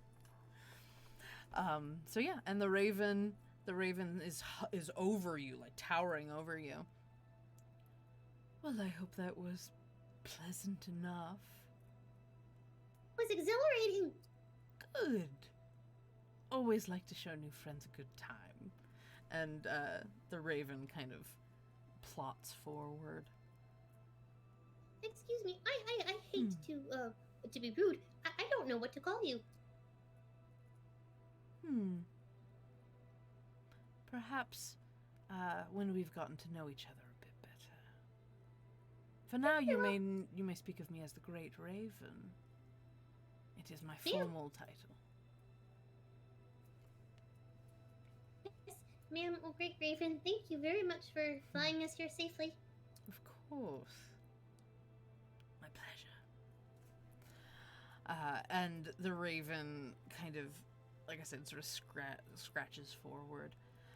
And you are led into a section of this place. It's huge. It's cathedral height, but all wood on the inside. And you see like huge sort of bushels of moss growing up on the ceiling and sort of draping down a little bit in these little curlicues of moss.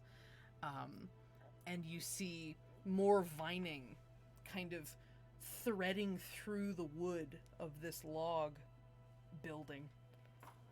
Literal log building.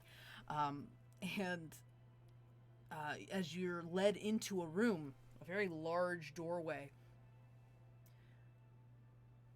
it goes straight up.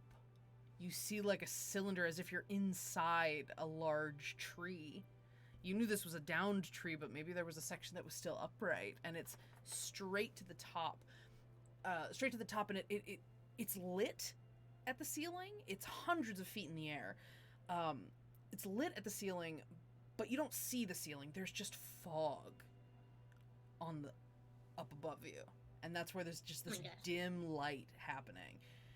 You wonder if, like, this thing is so tall it's touching clouds or something.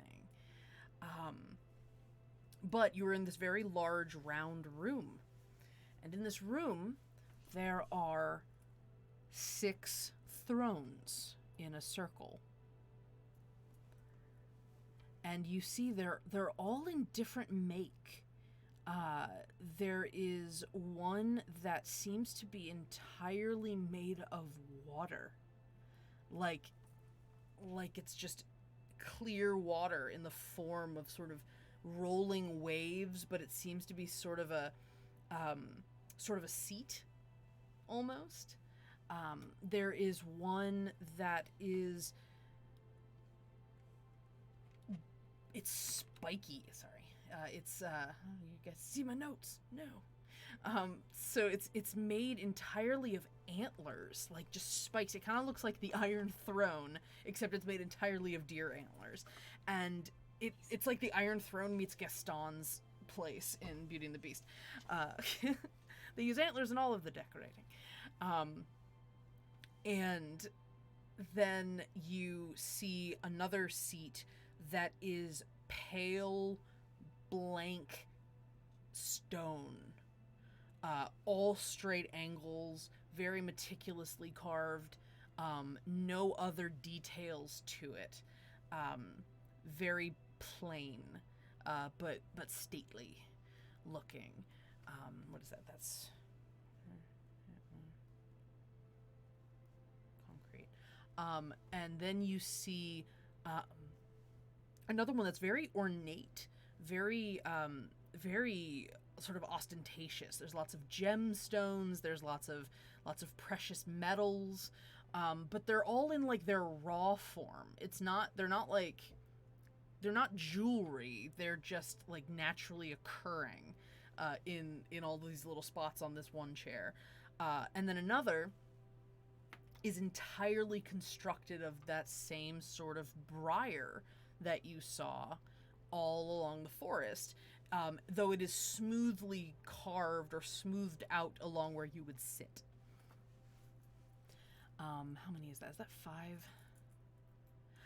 I will describe the 6th one when I remember what it looks like. Anyway, you are drawn to the one made of vining because there is someone sitting in it. You see at the end of this, almost designed for you to walk into this space, and that is the furthest one from you. Sitting on this throne of thorns and vines, you see a very large figure covered in fur, dark brown fur, a huge sort of bovine snout, and very large, ornate horns, entirely constructed or grown from vining and thorns. This Minotaur-looking woman is also very unusually large. I mean, Minotaurs are big, but this is like a 10-foot, 11-foot woman. And she is sitting there in very simple garb made of sort of leaves and natural materials, lots of like hemp fiber and things like that. And yes, Tessa, I am also singing Giant Woman in my head. So Yes, okay. And so you see this noble, I guess, this woman sort of sitting relaxed, reclined to the side on her seat. And the raven flutters forward, hops a little bit into the air, and flies across the room towards Her Majesty of the Vine. And as the raven plops down on her throne, and with her size, she dwarfs it, the raven. And so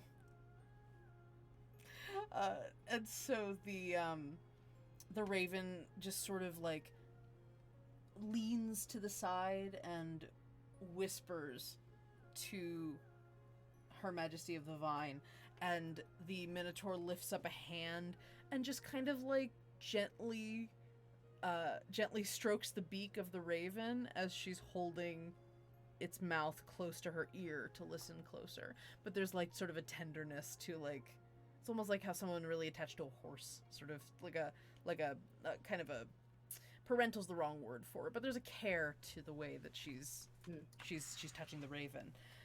And with a nod, she looks out at you, and she does not need to speak loud for her voice to echo through this place very clearly. My dears, please come join me. You're welcome in my court. Paru kind of reaches for Sniff's hands and kind of shuffles forward a little bit nervously. And you see Sniff's very quietly, like, the mushroom is shaking. Again, this is very Wizard of Oz. I didn't mean for it to be. I love it. My hat reminds me of the scarecrow all the time. So every time I look at it, I'm like, it's a scarecrow hat. Thank you. I love my. So yeah, you are you both walk forward, and Her Majesty of the Vine watches with a patient amusement on her face, and eventually leans forward a little bit as you get closer. Your ladyship is very nice to make your acquaintance.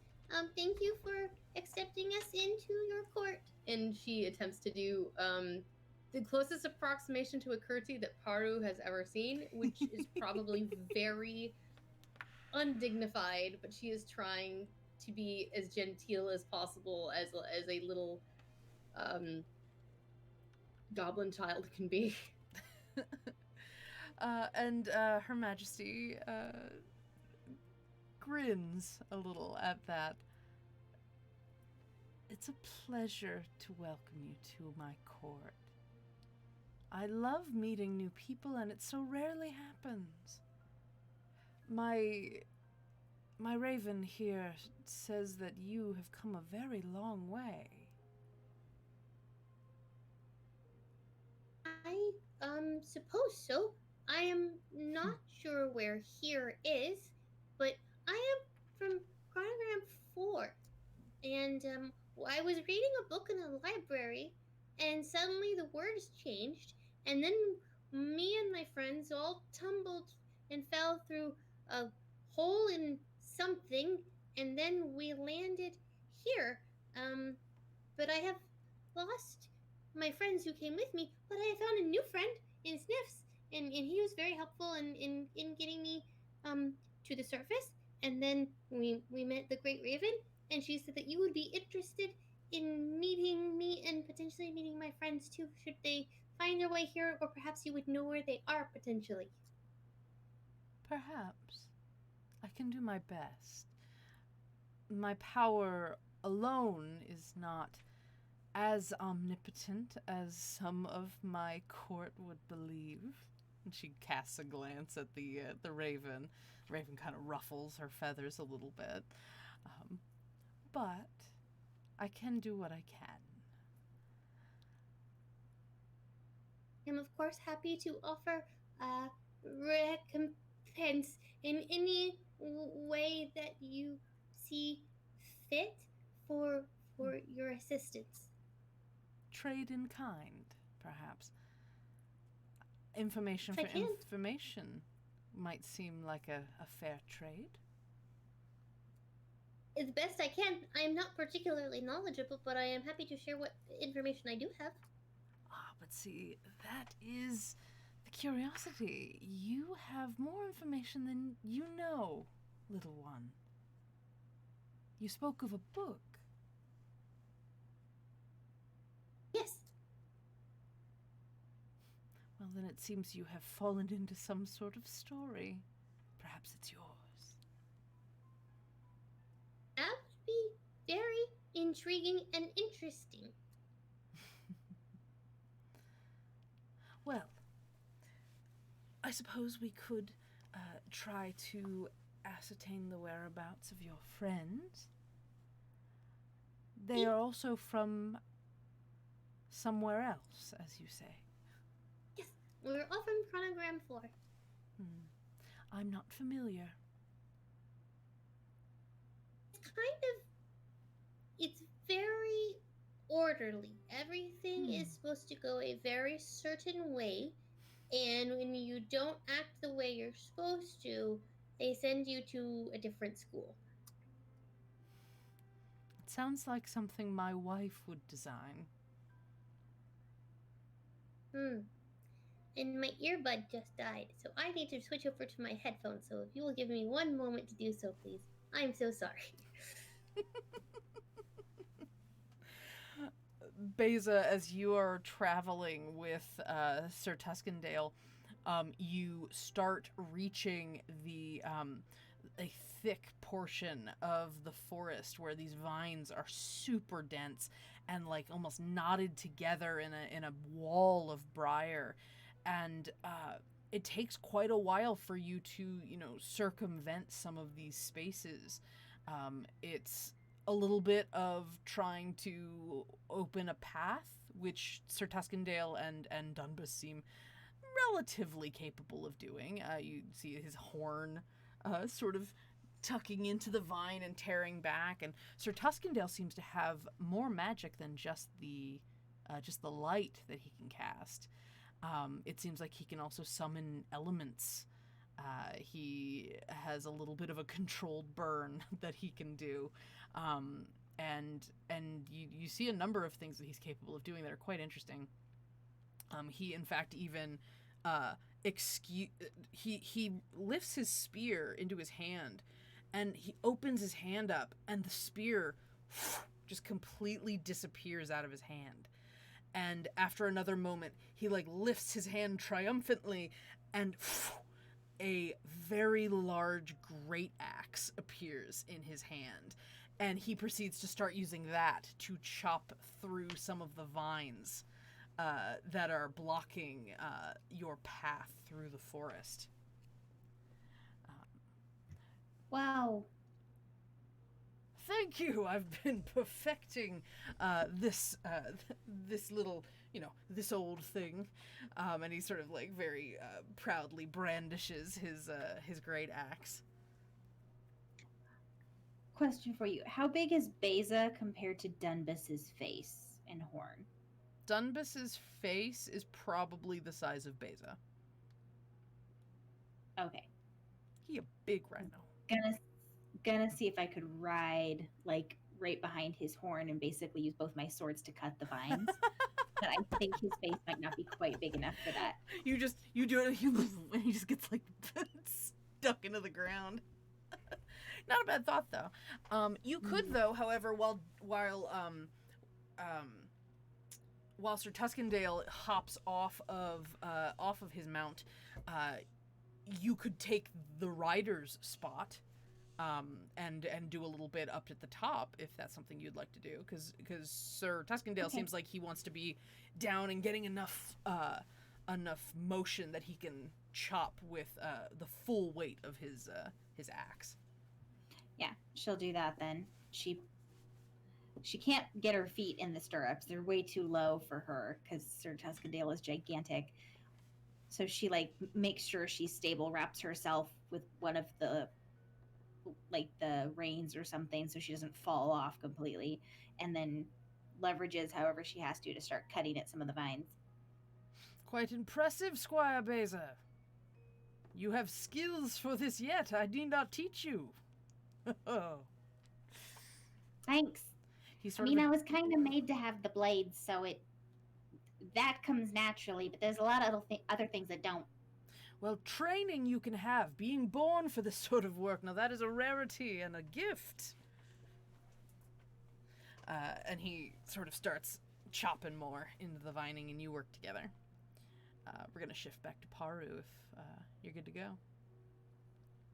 So, Her Majesty of the Vine, she asked if your friends were also from outside, wherever you described this book. Yes, Your Majesty, we are. Oh, sorry, this is very rude. I should make sure that I am dethroning myself, decapping myself. I'm so mad that my mushroom got stuck in the hat. That seems very, on brand. And so she nods, and there's not as much need for formality as you might think.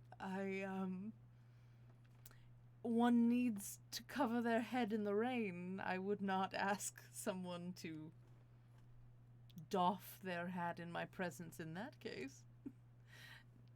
You are fine, my child. Thank you.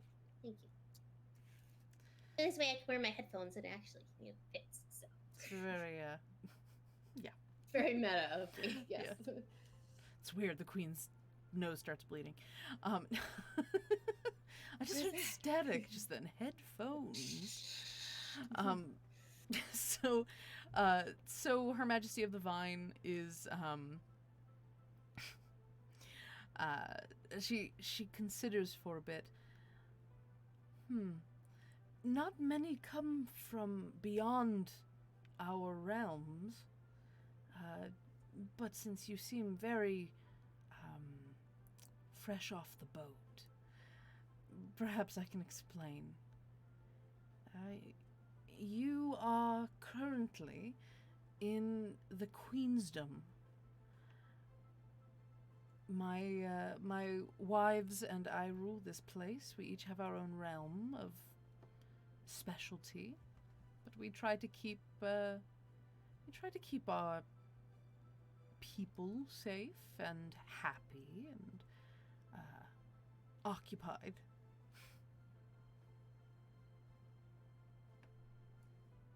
That seems very very, very fortuitous and good, and that sounds lovely to have a queendom. It's worked so far. And she kind of smiles. She's got this very, like, homey vibe to her. Homey as in, like, home-like, not homey. She's not gonna, like, fist bump you. But yeah, so she stands up from her throne, and as she stands from the throne, it's imperceptible until it's not, that she's actually shrinking in size to a much more reasonable 6 or 7 feet tall. And she kneels down to you, Paru, and she offers a hand in greeting. I am certain that I speak for Her Majesty's when I welcome you to our home, and I don't know, I'm glad to meet someone new. Thank you. It is lovely to make your acquaintance. Now, I will say that my wives would probably each wish to speak with you and your friends to gather some information, but they certainly would offer something in exchange. There are no one-sided deals in this place. One will never ask for something for nothing. Of course. But before we get too ahead of ourselves, finding your friends seems of the utmost importance. Yes, I am concerned with their whereabouts. Of course. We all fell when there was a stampede, and we seem to have all gotten separated. Oh my. That can happen.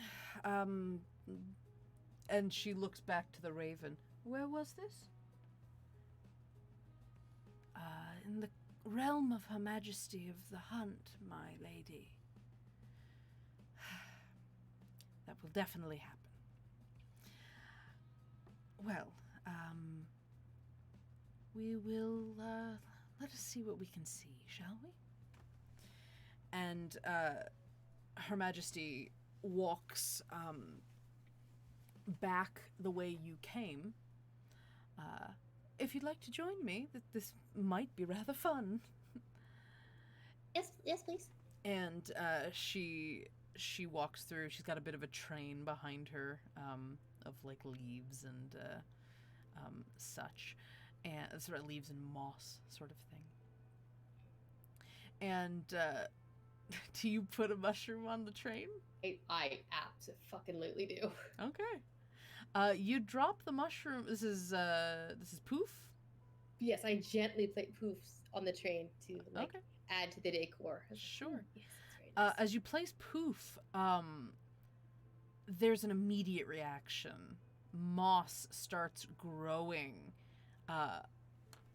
around the base of where Poof was left, and like threading through the caps and like firmly incorporating into the train of the dress, and Poof starts growing. Like a little spindly and like longer, and like a couple extra caps pop up, and it's very odd, but certainly exciting. And Her Majesty makes no note of it, makes no vocal note of it, and you can just like watch as Poof seems to take to its new home quite enthusiastically. Probably safer there than in my hat. You just see Sniffs is just kind of like walking and watching, like, wow, kind of vibe from him. He's like, wow, that's really cool. He has not let go of Sniff's hand. Yeah, you guys are holding hands, and so you're walking behind Her Majesty. the raven picks up on wing and just and flies straight up into the fog and is just like goes into the clouds. She'll be back. She's a wanderer. Seemed to be startled by a horn that we heard. Kind of a boo, boo kind of thing. A horn? And she looks a little concerned by that. It was really loud. Oh. She was where she shouldn't have been, so I'm not surprised. And so she takes you into another side room where there is like a little brook trickling down from somewhere. It's kind of hard to tell. It looks like lots of rocks and wood and roots sort of all meshed together in the room, and this water is sort of coming out of that system. And it coalesces into this little pool in the center of the room. It's kind of her height, a little hard for you to see. But as she comes closer to it, she just kind of raises her hand very delicately, and underneath her hand on the ground, these vines just start popping up out of the ground and twisting and knotting together and creating a very small little series of steps and pedestal, tall enough for you or short enough for you to climb if you wish. And she sort of gestures to say that you can join her at the pond, at the fountain. She will do so. She's just enamored of this entire situation. Sniffs walks up them like a toddler, holding her hand, just like. And you both ascend these little stairs, and you see this sort of like fountain that is in the sort of elevated off the ground, and Her Majesty steps to be across from you both at the fountain. And she's just kind of glancing through it, and there's this water coming from the little, the sort of trickling. And so the water is a little in motion. It's not still. And she glances down into it and puts her hand on either side of the fountain. And she doesn't speak for a little while. She kind of studies the water a little bit, and her fingers sort of like graze the edges of the fountain, which is also built in vining, very finely like tight vining, enough to keep this water in.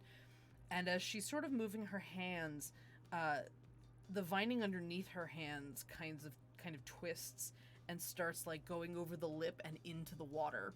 So you start seeing kind of this motion into the water, and it seems like it doesn't stop. It just like keeps growing down into the water. And she's kind of concentrating a little bit and thinking, and very, very gently, very slowly, you see that her expression starts going a little still. Like she's in careful concentration right now. And when she sort of blinks a little bit and is kind of more present again, she glances up and says, "Well, I can see what you were talking about. Where my raven found you. And you weren't alone. You had someone very close behind you, it seems. Bit of luck, that was. What were your friends like again?" Oh, there's a couple of them. So there's Beza, and she's very pale, and she's made of stone, but she is also living. And then there is Harlan, and he's really tall, like really, really, really tall, and he's blue, and he's very, very. He's got like a really kind of cool hat, not as cool as mine, but still very cool.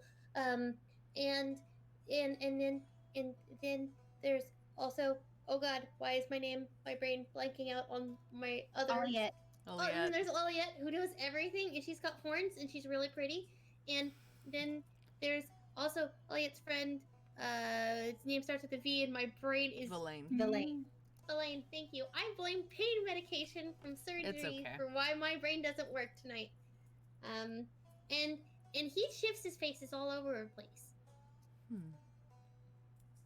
Well, But he's very fun and he's very helpful in a pinch. Well, I see 2 of those. Which 2? Believe Beza and you said Harland, right? Yes. I've seen them. They are well, they're much closer than I would have expected. Oh. They aren't alone. Did they find friends too? Well, it seems so. Oh.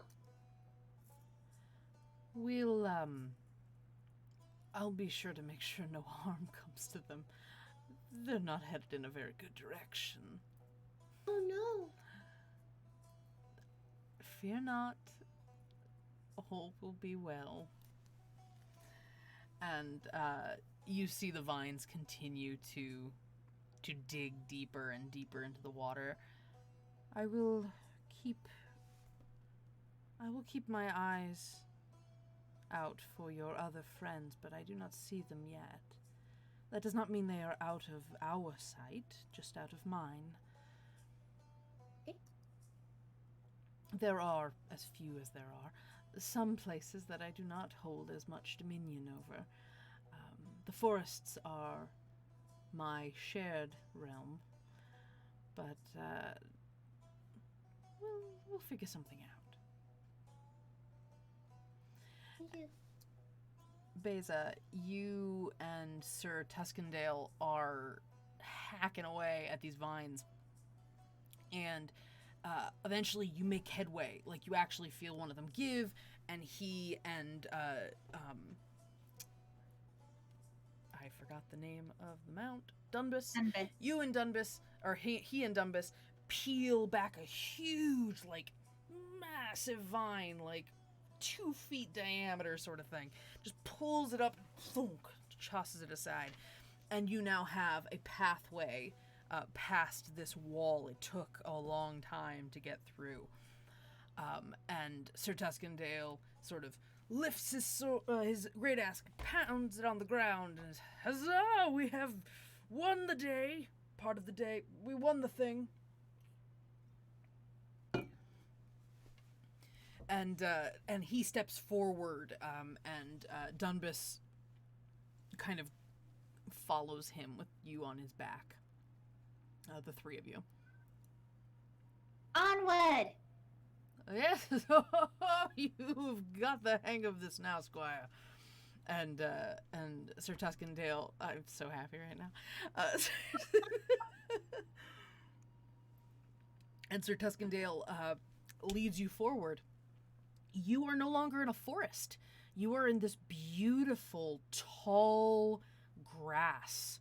This sort of like yellowing, almost like a fall autumnal thing. It's beautiful, and it goes almost up to past Dunbus's face. It's a little hard for him to navigate. You see a little better than he does, but he's just kind of trudging forward, and Sir Tuskendale's it's up to here on him, and he's going through, and he has his axe behind his head triumphantly, just kind of leaning on it, and he's walking around, and he's just like, well, this seems a spot easier to deal with than the Briar of Doom back there. Oh, That's for sure. And he sort of relaxes a bit, and he grabs a water skin on the side of him, and he puts it, and rather, he doesn't grab the water skin. His trunk just kind of goes to his belt, and he finds the water skin, and he's drinking out of it. And so you're walking through, and as you go, the grass is getting taller. Like a little bit. After a while. Just a little taller. A little taller. It's like up to Sir Tuskendale's neck. And you eventually come across a wall. the wall is constructed out of some sort of stalk, some sort of stalk plant life. Could be sort of corn-like. It's a little hard to place. You'd think, oh man, like Harlan's looking at it just like, well, it could be like big corn or like bamboo or and he starts like listing everything that could be on a stalk. Takes way too long. Also listing she tunes variants. it out at some point. As you're walking along it, and Sir Tuskendale is like tapping, looking around. You guys circle it a little bit, and you hit a curve. It just keeps going. This seems huge, whatever this structure is. And he's like, well, no use beating around the bush, I suppose. We have to go forward, and forward we shall go. And he grabs his axe and just goes chook into the stalk plant life. And he hits it, and it gets a little in there. That's a little... This is a little embarrassing. This doesn't usually happen. And he kind of tugs a little harder, and it takes a bit of effort to get the axe out. He got a couple of the stalks as he pulls them out, and they are like 15 feet up. And as he knocks one, it kind of just... They're only about this thick. Still, could probably conk you on the head pretty good if it hit you. And so it hits the ground, and he's just like, all right, this will take a little bit of doing, but is not impossible. Nothing is impossible with enough effort. So what exactly is this? No idea. And he swings again. Hesitancy is for... Well, it's not for me. And he takes another drink and he starts swinging again. You know what's up, Pygmy. And so he keeps whacking away at these stalks, and they fall a little bit, and they fall a little bit, and then you hear a rustling, like a big rustling, and there's like a ripple through the wall of these stalks. You see them on either side. Sir Tuskendale doesn't seem to notice. He's a few feet in, and he's just whacking away. Sir Tuskendale.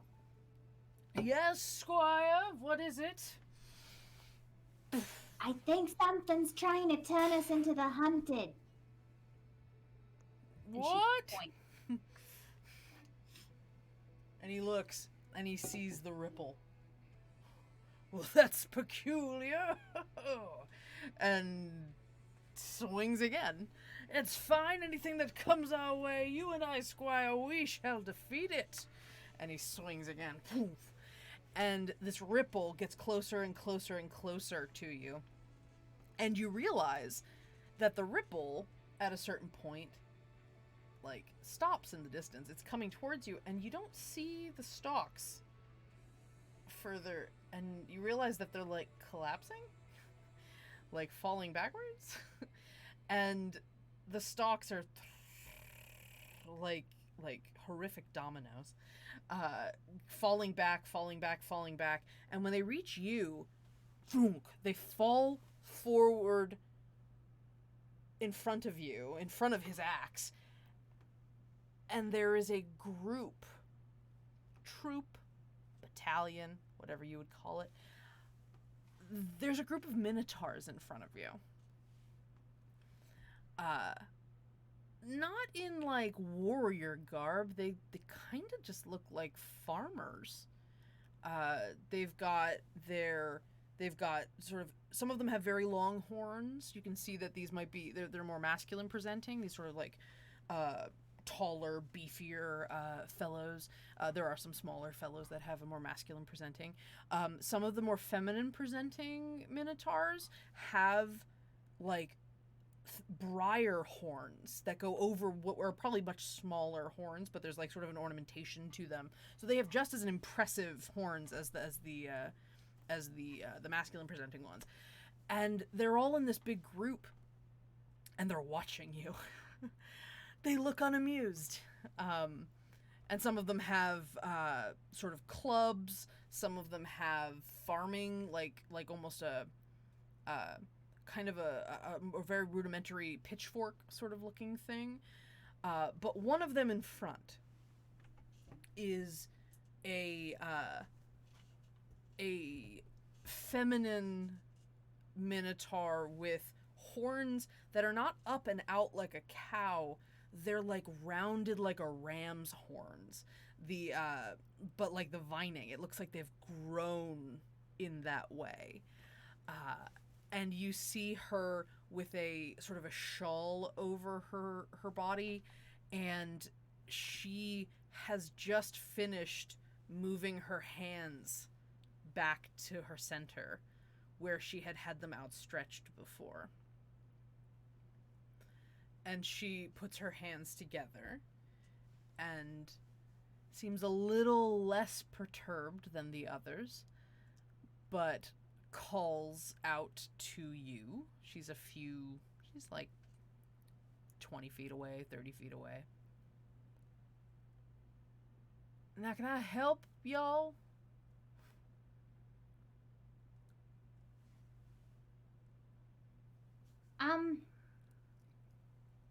I hope so.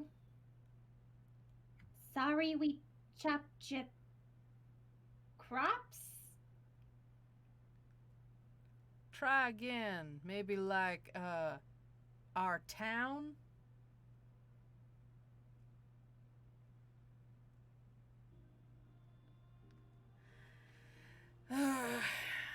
Y'all are in the maze. You might want to leave.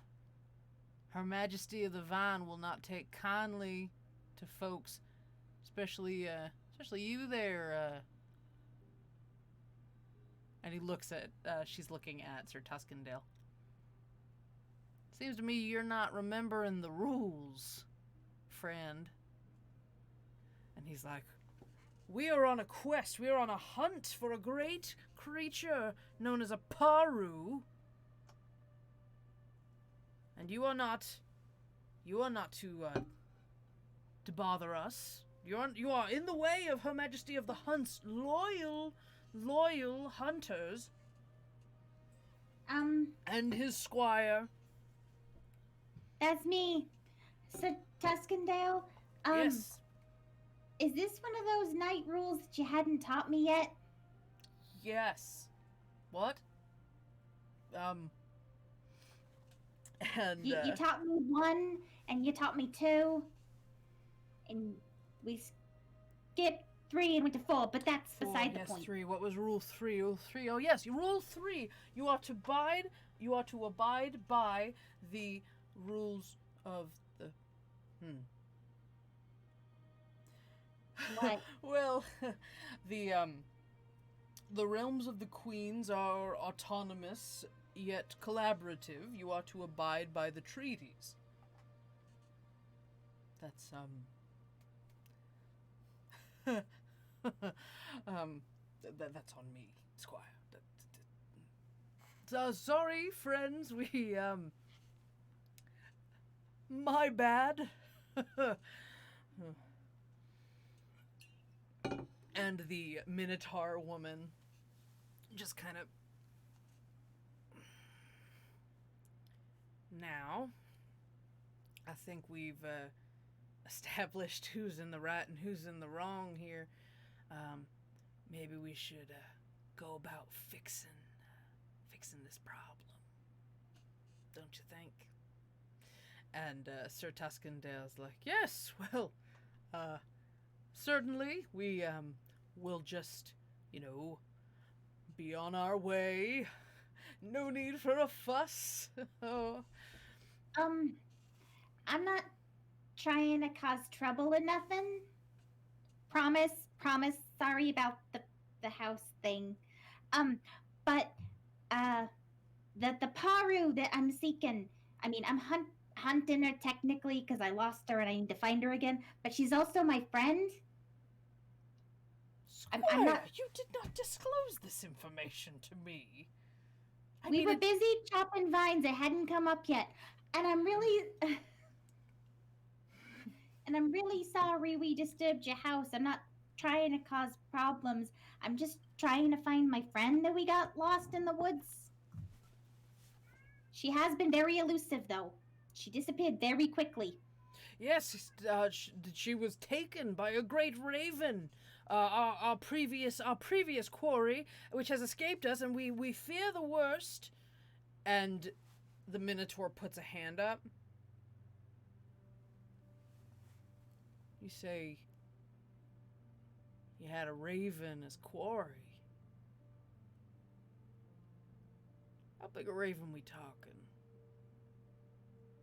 Oh, well, it is the great raven, a monstrous beast, span of a ship, of a wingspan, and a beak as sharp as any axe. And he has his axe in his hand. So,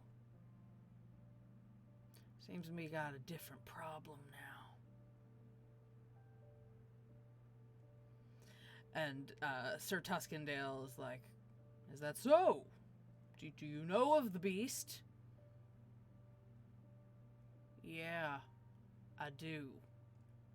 And the Minotaur, her with a little flourish of her hands, her horns like twist a little more, and like instead of curling back like a ram's horns, they curl forward.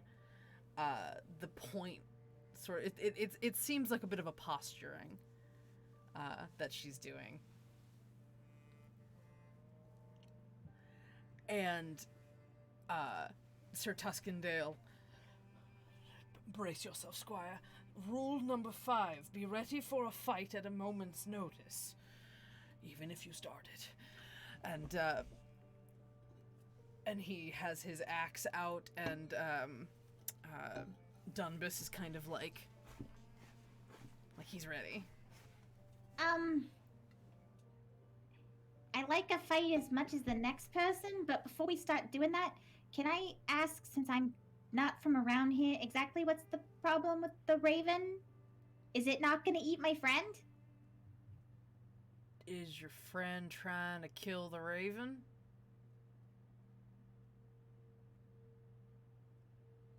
Can't hear Yes. you. Oh, there you go. You're good. No, I mean, I guess the Tuskendale kind of was, but wasn't the raven in the Queen of the Hunts area earlier?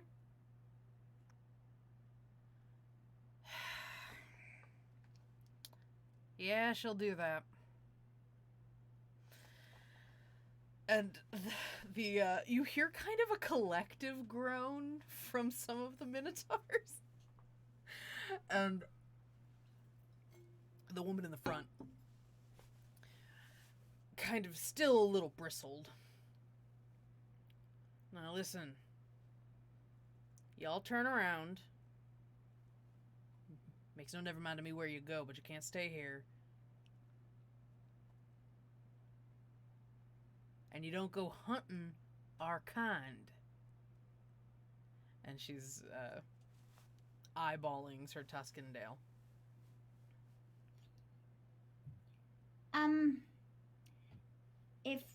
If we're not hunting the raven, is it okay if I go a different way and look for my friend?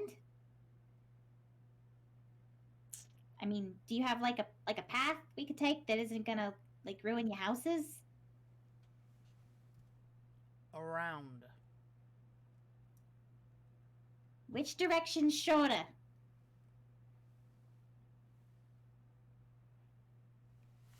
And she points one way.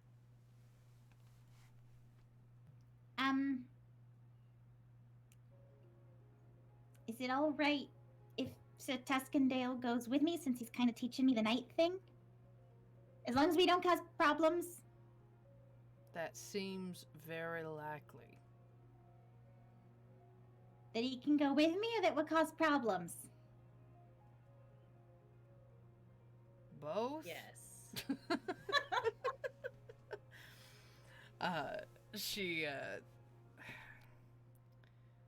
She's lost a little bit of her bluster. She's kind of lost the upper hand here in her intimidation.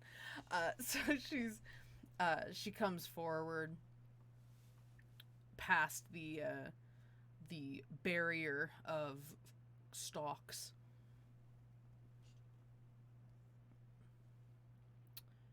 You stay away from the raven.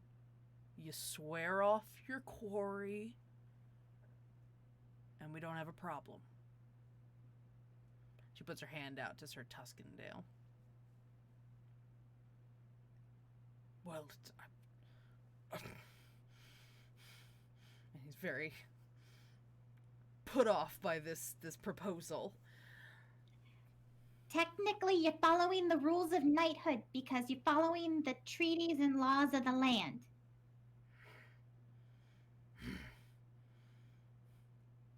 Wise beyond her years, my squire is. I have taught her well. And he... I don't know where this man is coming from. He... I love him. He's ridiculous. He puts a hand out,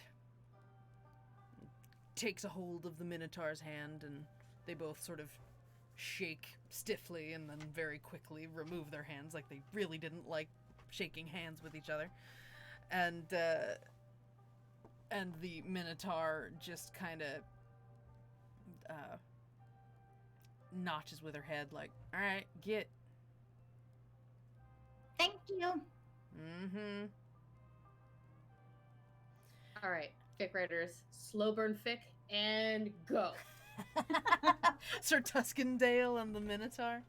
Yes. Mm-hmm. Call it Horny Nights. Oh my God! Fuck! God damn it! Pygmy, you could draw the cover of the book. Anyway. You're welcome. Mm-hmm. So, you, Beza, you and the group start heading one direction that the Minotaur pointed you towards, and it looks like there's going to be a very, very long way around the maze, because Pygmy already got my joke. So as you're traveling around the maze for a few minutes, you see there's actually a couple of ways in to the maze. You happen to be just pummeling a wall, and as you're going around, you glance in and you actually see that there are a lot of Minotaurs in this space. And what little you can see, because it seems like there's a lot of curves and a lot of like sudden turns. It does seem to be sort of a labyrinth of this corn-like stalk, and you kind of catch an eye of a couple of people, and there's like a sort of a confused nod of hello kind of thing happening. They're kind of working, and there's like someone making pottery, and then they're just going about their business. And you hear some shouting behind you, and you see the Minotaur running up behind you. God damn it! Hey, hold up! And Dunbus kind of slows down a little bit, and you can see, trailing behind the Minotaur, on the ground, slithering almost like snakes, you see these thorny bramble vines kind of growing behind her, and she's walking towards you, and these things seem to be almost following her. You're looking for your friend. What's your friend? Who's your friend? Aru. God damn it. I know where your friend is. You do? Mm-hmm.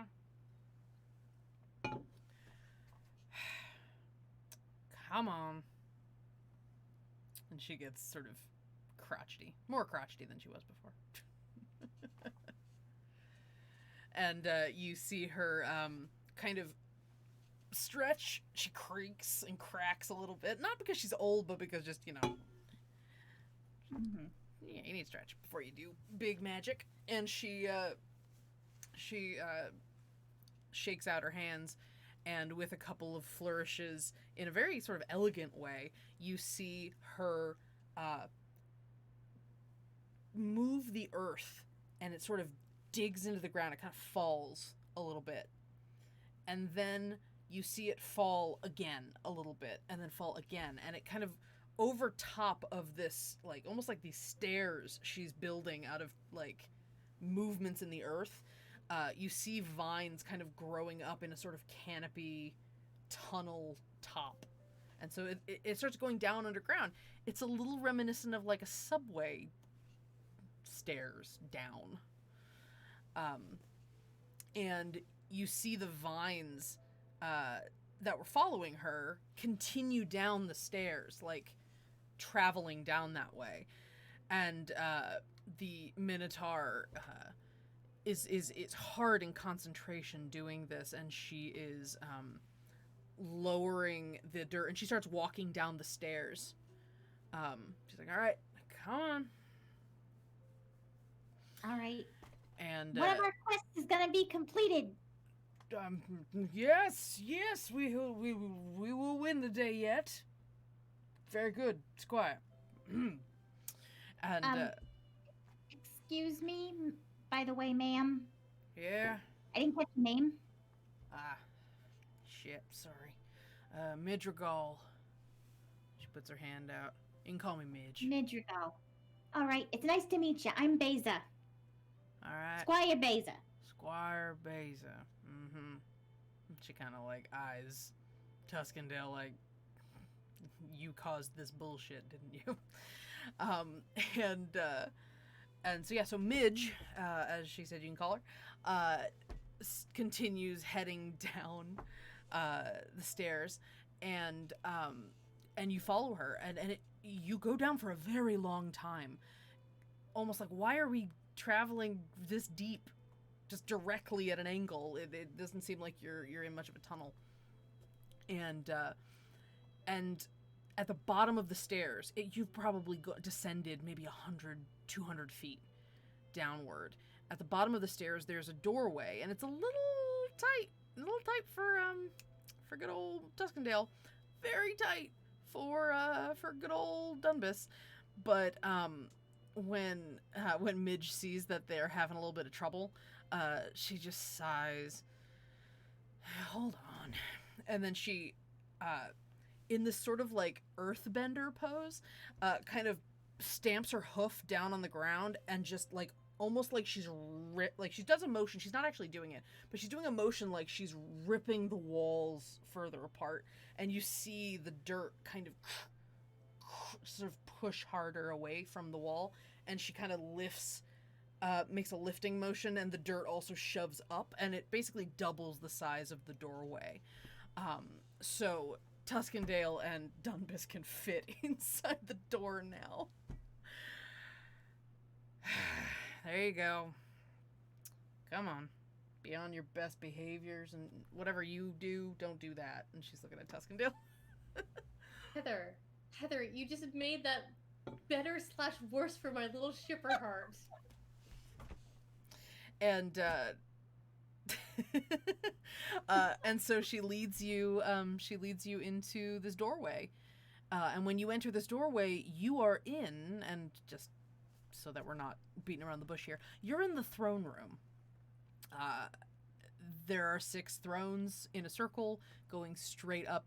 You see this sort of like massive tree interior, and it goes straight up into fog, and you're there, and Midge looks around. Huh. She's usually here.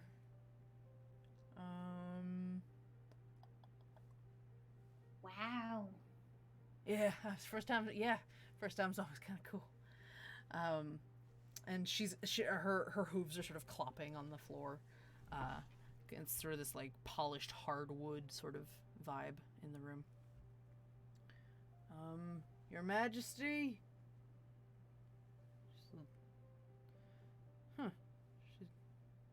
she's usually just sitting here. Weird.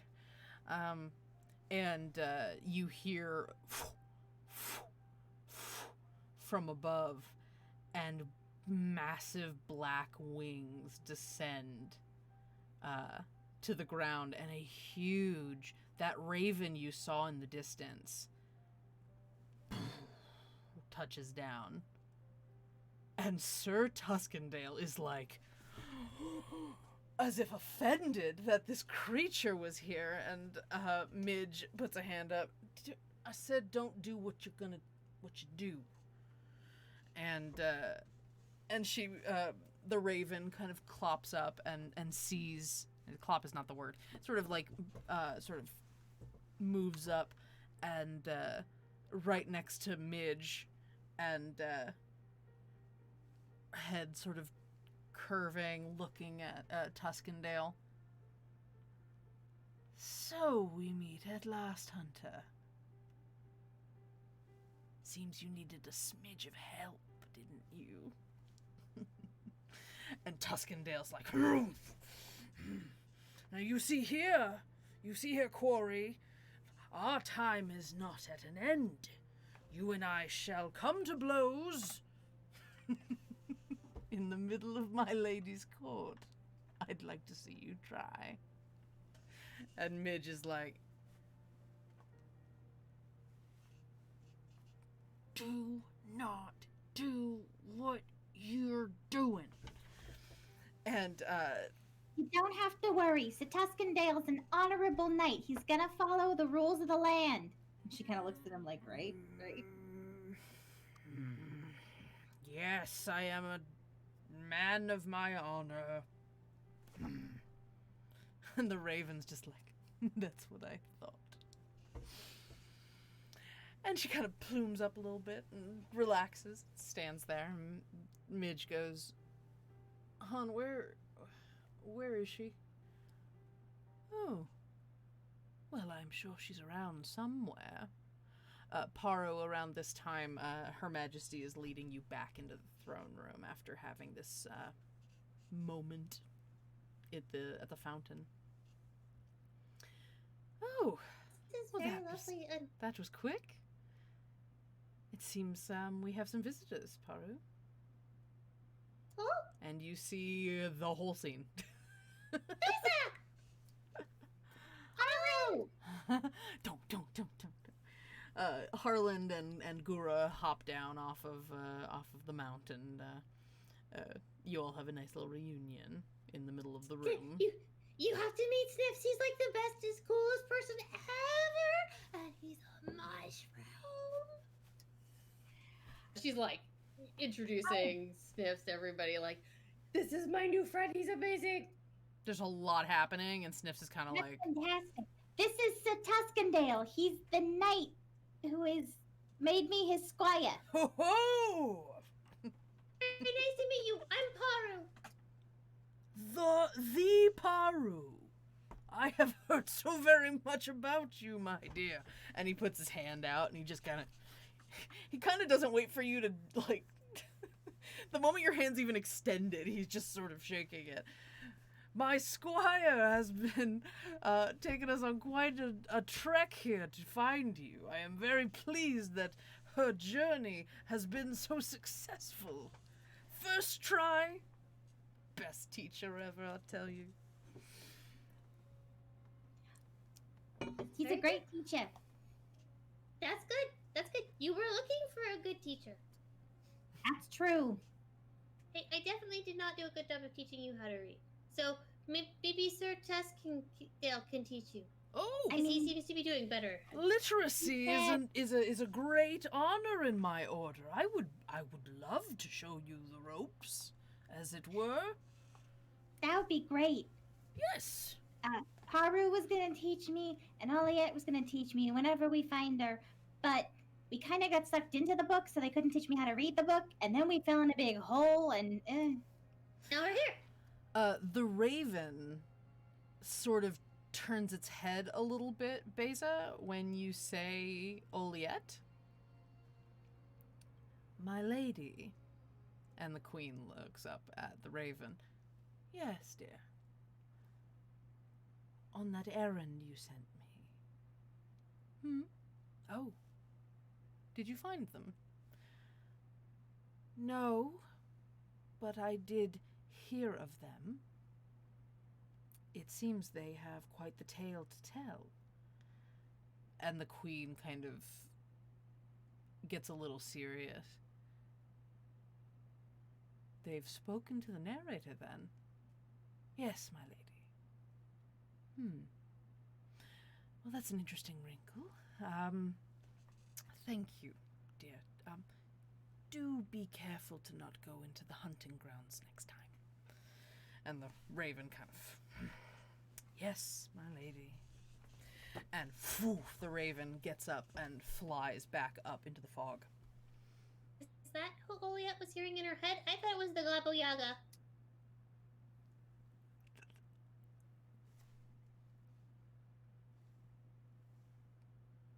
And Her Majesty lets it go after a moment of thinking about... Anyway, Her Majesty's... If one of your friends is speaking to the narrator, well then, it seems like you might all be slightly more invested in this place than you think. It's possible. To be perfectly honest, we just got here like a day ago, 2 days ago, something like that. How Is time but an illusion? Gura? I read that in a book once. Gura looks at Paru and like elbows Harlan. She gets it.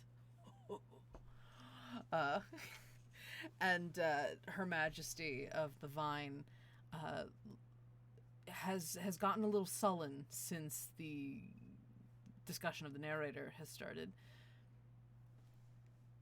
It might be for the best that I speak to a few of my wives on the subject, but the narrator does not simply speak to everyone. How is it that you came to be here again? What circumstances led you? I was reading a story in the library, and I was reading out loud because Beza can't read, so I was reading it to her, and I was reading it to Harlan, and to Oliet, and to Villain, and we were all sitting there, and I was reading the stories because we found living things coming out of the stories in the restriction section, and it was really cool, and there was a fire weasel, and I really, really, really wanted it to be my friend, but it wouldn't be my friend, and it was very sad. But then we just kept reading the story, and then we were reading about the princess and a dragon, and then the book said something that the 4 children in the library reading the story, and then the world went poof, and we fell, and then we landed here. Yeah, Villain actually landed in a tree and then fell. Yeah. The narrator does have a bit of humor to them. You said there were things coming out of other books. Yes, I'm in the wrong voice. Go ahead, though. There was a little nimbus cloud, I think is what you called it, Harlan, and it zapped you. Yep. And there was like a golem hand that was like, Yeah, but like gargoyle hand. a clawed one, not like mine. But not from the book you read from. No, well, No. we found the book that the storm came out of because it was like right in front of the storm, and then we found the book that had what we think had the clawed. What was it called, Paru? The gargoyle's gauntlet. Gargoyle's gauntlet. Gauntlet. That's the one. She looks scared of the claw. very, very upset at that. Did I say something wrong? No, dear. We should find your friends immediately. The claw thing dangerous? No, well, not by itself, but the one who had it is. Oh. And Well, we didn't see anybody back there besides the fire weasel. No, you wouldn't. You may have been caught up in a bit of a test run test run? Yes. I don't do great on tests. You've only been alive 3 days. How can anybody expect you to be tested on anything? Heck, I've been alive for 3 years and I'm terrible at tests. My existence failed the first test because they didn't expect me as part of the equation. She's patiently letting you talk this out. Sorry. No, it's fine. I don't know how much time we have to deal with this, but we do need to find your friends before.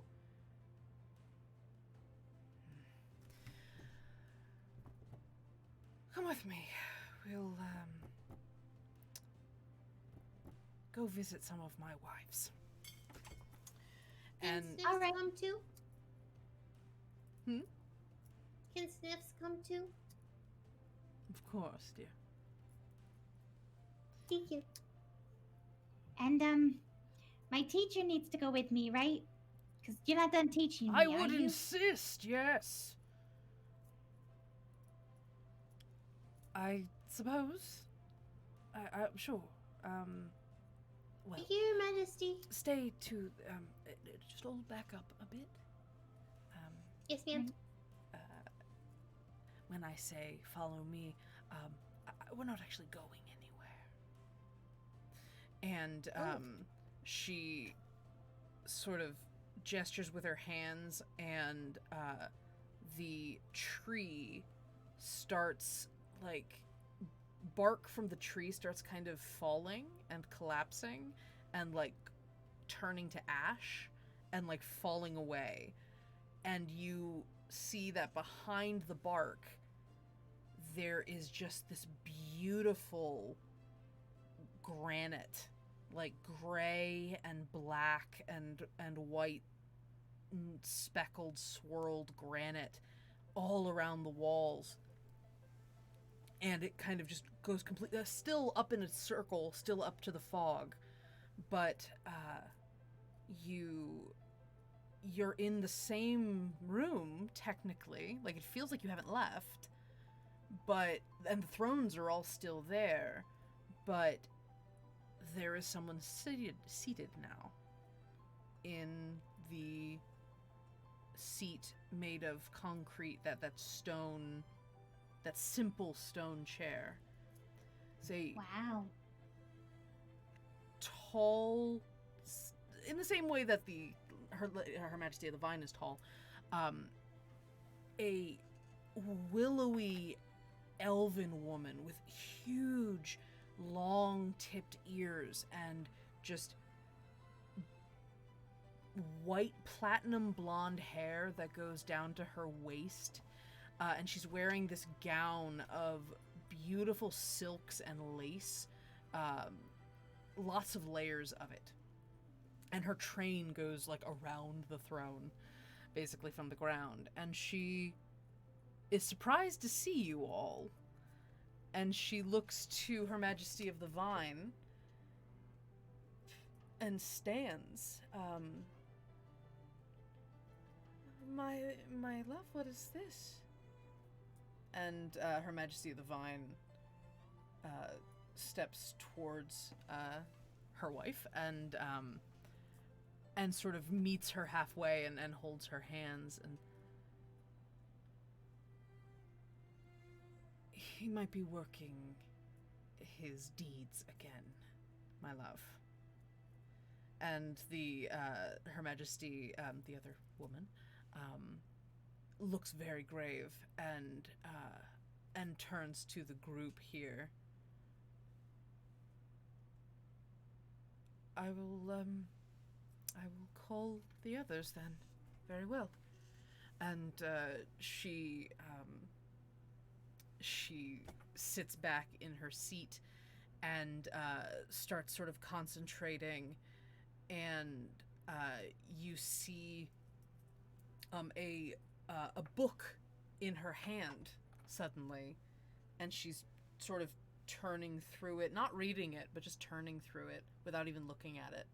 And Her Majesty of the Vine walks back to you. This may take a little while, but we will assemble the Queensdom and determine what this is about. Thank you for bringing this to our attention, and we will find your friends as soon as we can. Thank you. Can I ask a question? Yes, dear. So, the he that you seem concerned about, Yes. is that the narrator that's in my friend's head, or is it somebody else? It is not the narrator. The narrator is more of a neutral party. No, we're concerned that perhaps this is the doing of our late husband. And that is where we will stop the evening. Oh, goodness.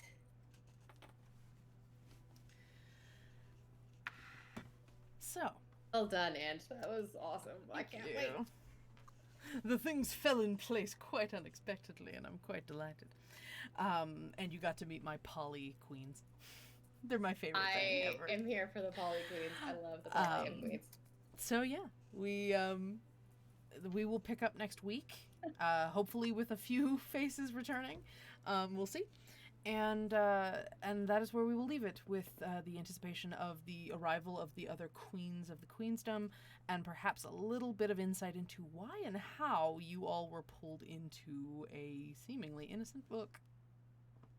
I'd sure like to know. Mm-hmm. So everybody, that is all I have for you this evening with our tale of Shenanigoons, the Book of Faebles. Please join us here every Tuesday, 7 p.m. Pacific, 10 p.m. Eastern, here on our Twitch channel. We are Nerdsmith. We would love to see you in the future. You can find out more about us at nerdsmith.org, or if you like the show and you want to support us, you can find us at Patreon, patreon.com/nerdsmith. I am Angela. I have been your dungeon master this evening. Would you like to introduce yourselves to the fine folks at home? Heather. Yes. All right. Hi, everyone. I'm Heather. I'm, as was mentioned earlier, one of the directors here at Nerdsmith. You can also, besides Shenanigoons on Tuesdays, find me every Wednesday on the Geek Thyself podcast that I co-host with my friend Russell. We talk about a new nerdy or geeky topic every other week. This week's is going to be about the truth behind Christopher Columbus. Drag him! Drag him! Drag him. I plan to. Thank you. Sorry. It's only a half-hour podcast, so I probably won't be able to drag him as much as I would like to. Just lick the finger, turn the page. Next. Yeah, pretty much. Awesome. Please check them out. And you can find out their show. You can find how to listen to their show at nerdsmith.org as well as find out a little bit more about Heather and Russ. Tessa. Hello, I am Tessa. You can find me on a variety of projects here. Nerdsmith, you can... sometimes I am behind the scenes at Shenanigoons while I am also playing. Angela has been amazing and is hosting to this evening while I have dealt with recovering from surgery and contractors digging up my front room all day today. It's been... They say, take 2 weeks off for surgery so you can relax and recover, and that has just not been the case. Not right now, no. But you can find me on a couple of things upcoming. I am also the storyteller for the Blood Rush podcast, which is coming out soon. Check it out. And coming up next Monday evening, November 16th, I will be running a 3-shot event to celebrate the Scarred Lands release of Frost of Fenrillic, which was organized by the amazing Kyle Gold, who I think popped into chat not that Tavern long Tales ago, podcast. Of Tavern Tales, which if you guys are not familiar with Tavern Tales, oh my gosh, please go check them out. They are. Mm-hmm. You went quiet. You still went quiet. Oh no. Still nothing. Well, one moment. There you go. Gotcha. There we go. We gotcha. Somebody is chewing on a cord. New kitten? Was that who was New? doing it? Yes. Yes, new kitten was chewing on a cord. So come check that out next Monday night, starting at 7 o'clock. We'll be doing a 3-shot once, 3 episodes to celebrate that. I've got a really fun, diverse POC and LGBT cast that I'm very excited to run through this. We had our session 0 yesterday, and all I can say is that the one phrase that came out of it was Chaos Wonder Twins. Perfection. So, yeah, yeah, it's gonna be a time. I'm excited. Awesome. You can also find me occasionally on Fridays singing with Angela, and you can find Angela tomorrow night. You got me on my segue here as well. Yes, I'm hosting Discover RPG on Wednesday nights, 9 p.m. Eastern, 6 p.m. Pacific, where I do random stuff. I don't know what I'm doing yet. But I talk about role-playing and different ways that role-playing can manifest, whether that's in video games or tabletop role-playing games, LARP, text RP, lots of different things. So it's basically just a grab bag of whatever I want to talk about, talking about role-playing. So you can check me out tomorrow night. And then on Friday, hosting Nerdsmith Sings Our Heart Out, our karaoke stream for charity. We support the Bail Project. And you should please check us out if you like hearing singing, and you like, if you donate $5 or more to the Bail Project via our stream, you will be able to request a song of one of our song singers. That's a thing. All right, everybody. That's all we got for you. Again, thanks so much to our sponsors, Eldritch Foundry, World Anvil, Die Hard Dice. Y'all are amazing. We are so grateful for their support and friendship, and we will see you all here same time next week for the continuation of Shenanigoons, the Book of Fables. Stay tuned next week for Chapter 4. All right, everybody, have a wonderful rest of your night. Have a wonderful rest of your week. Make good choices, stay safe, and above all, do me a favor and please be good to each other. All right, good night, everybody. Good night, everyone. Bye.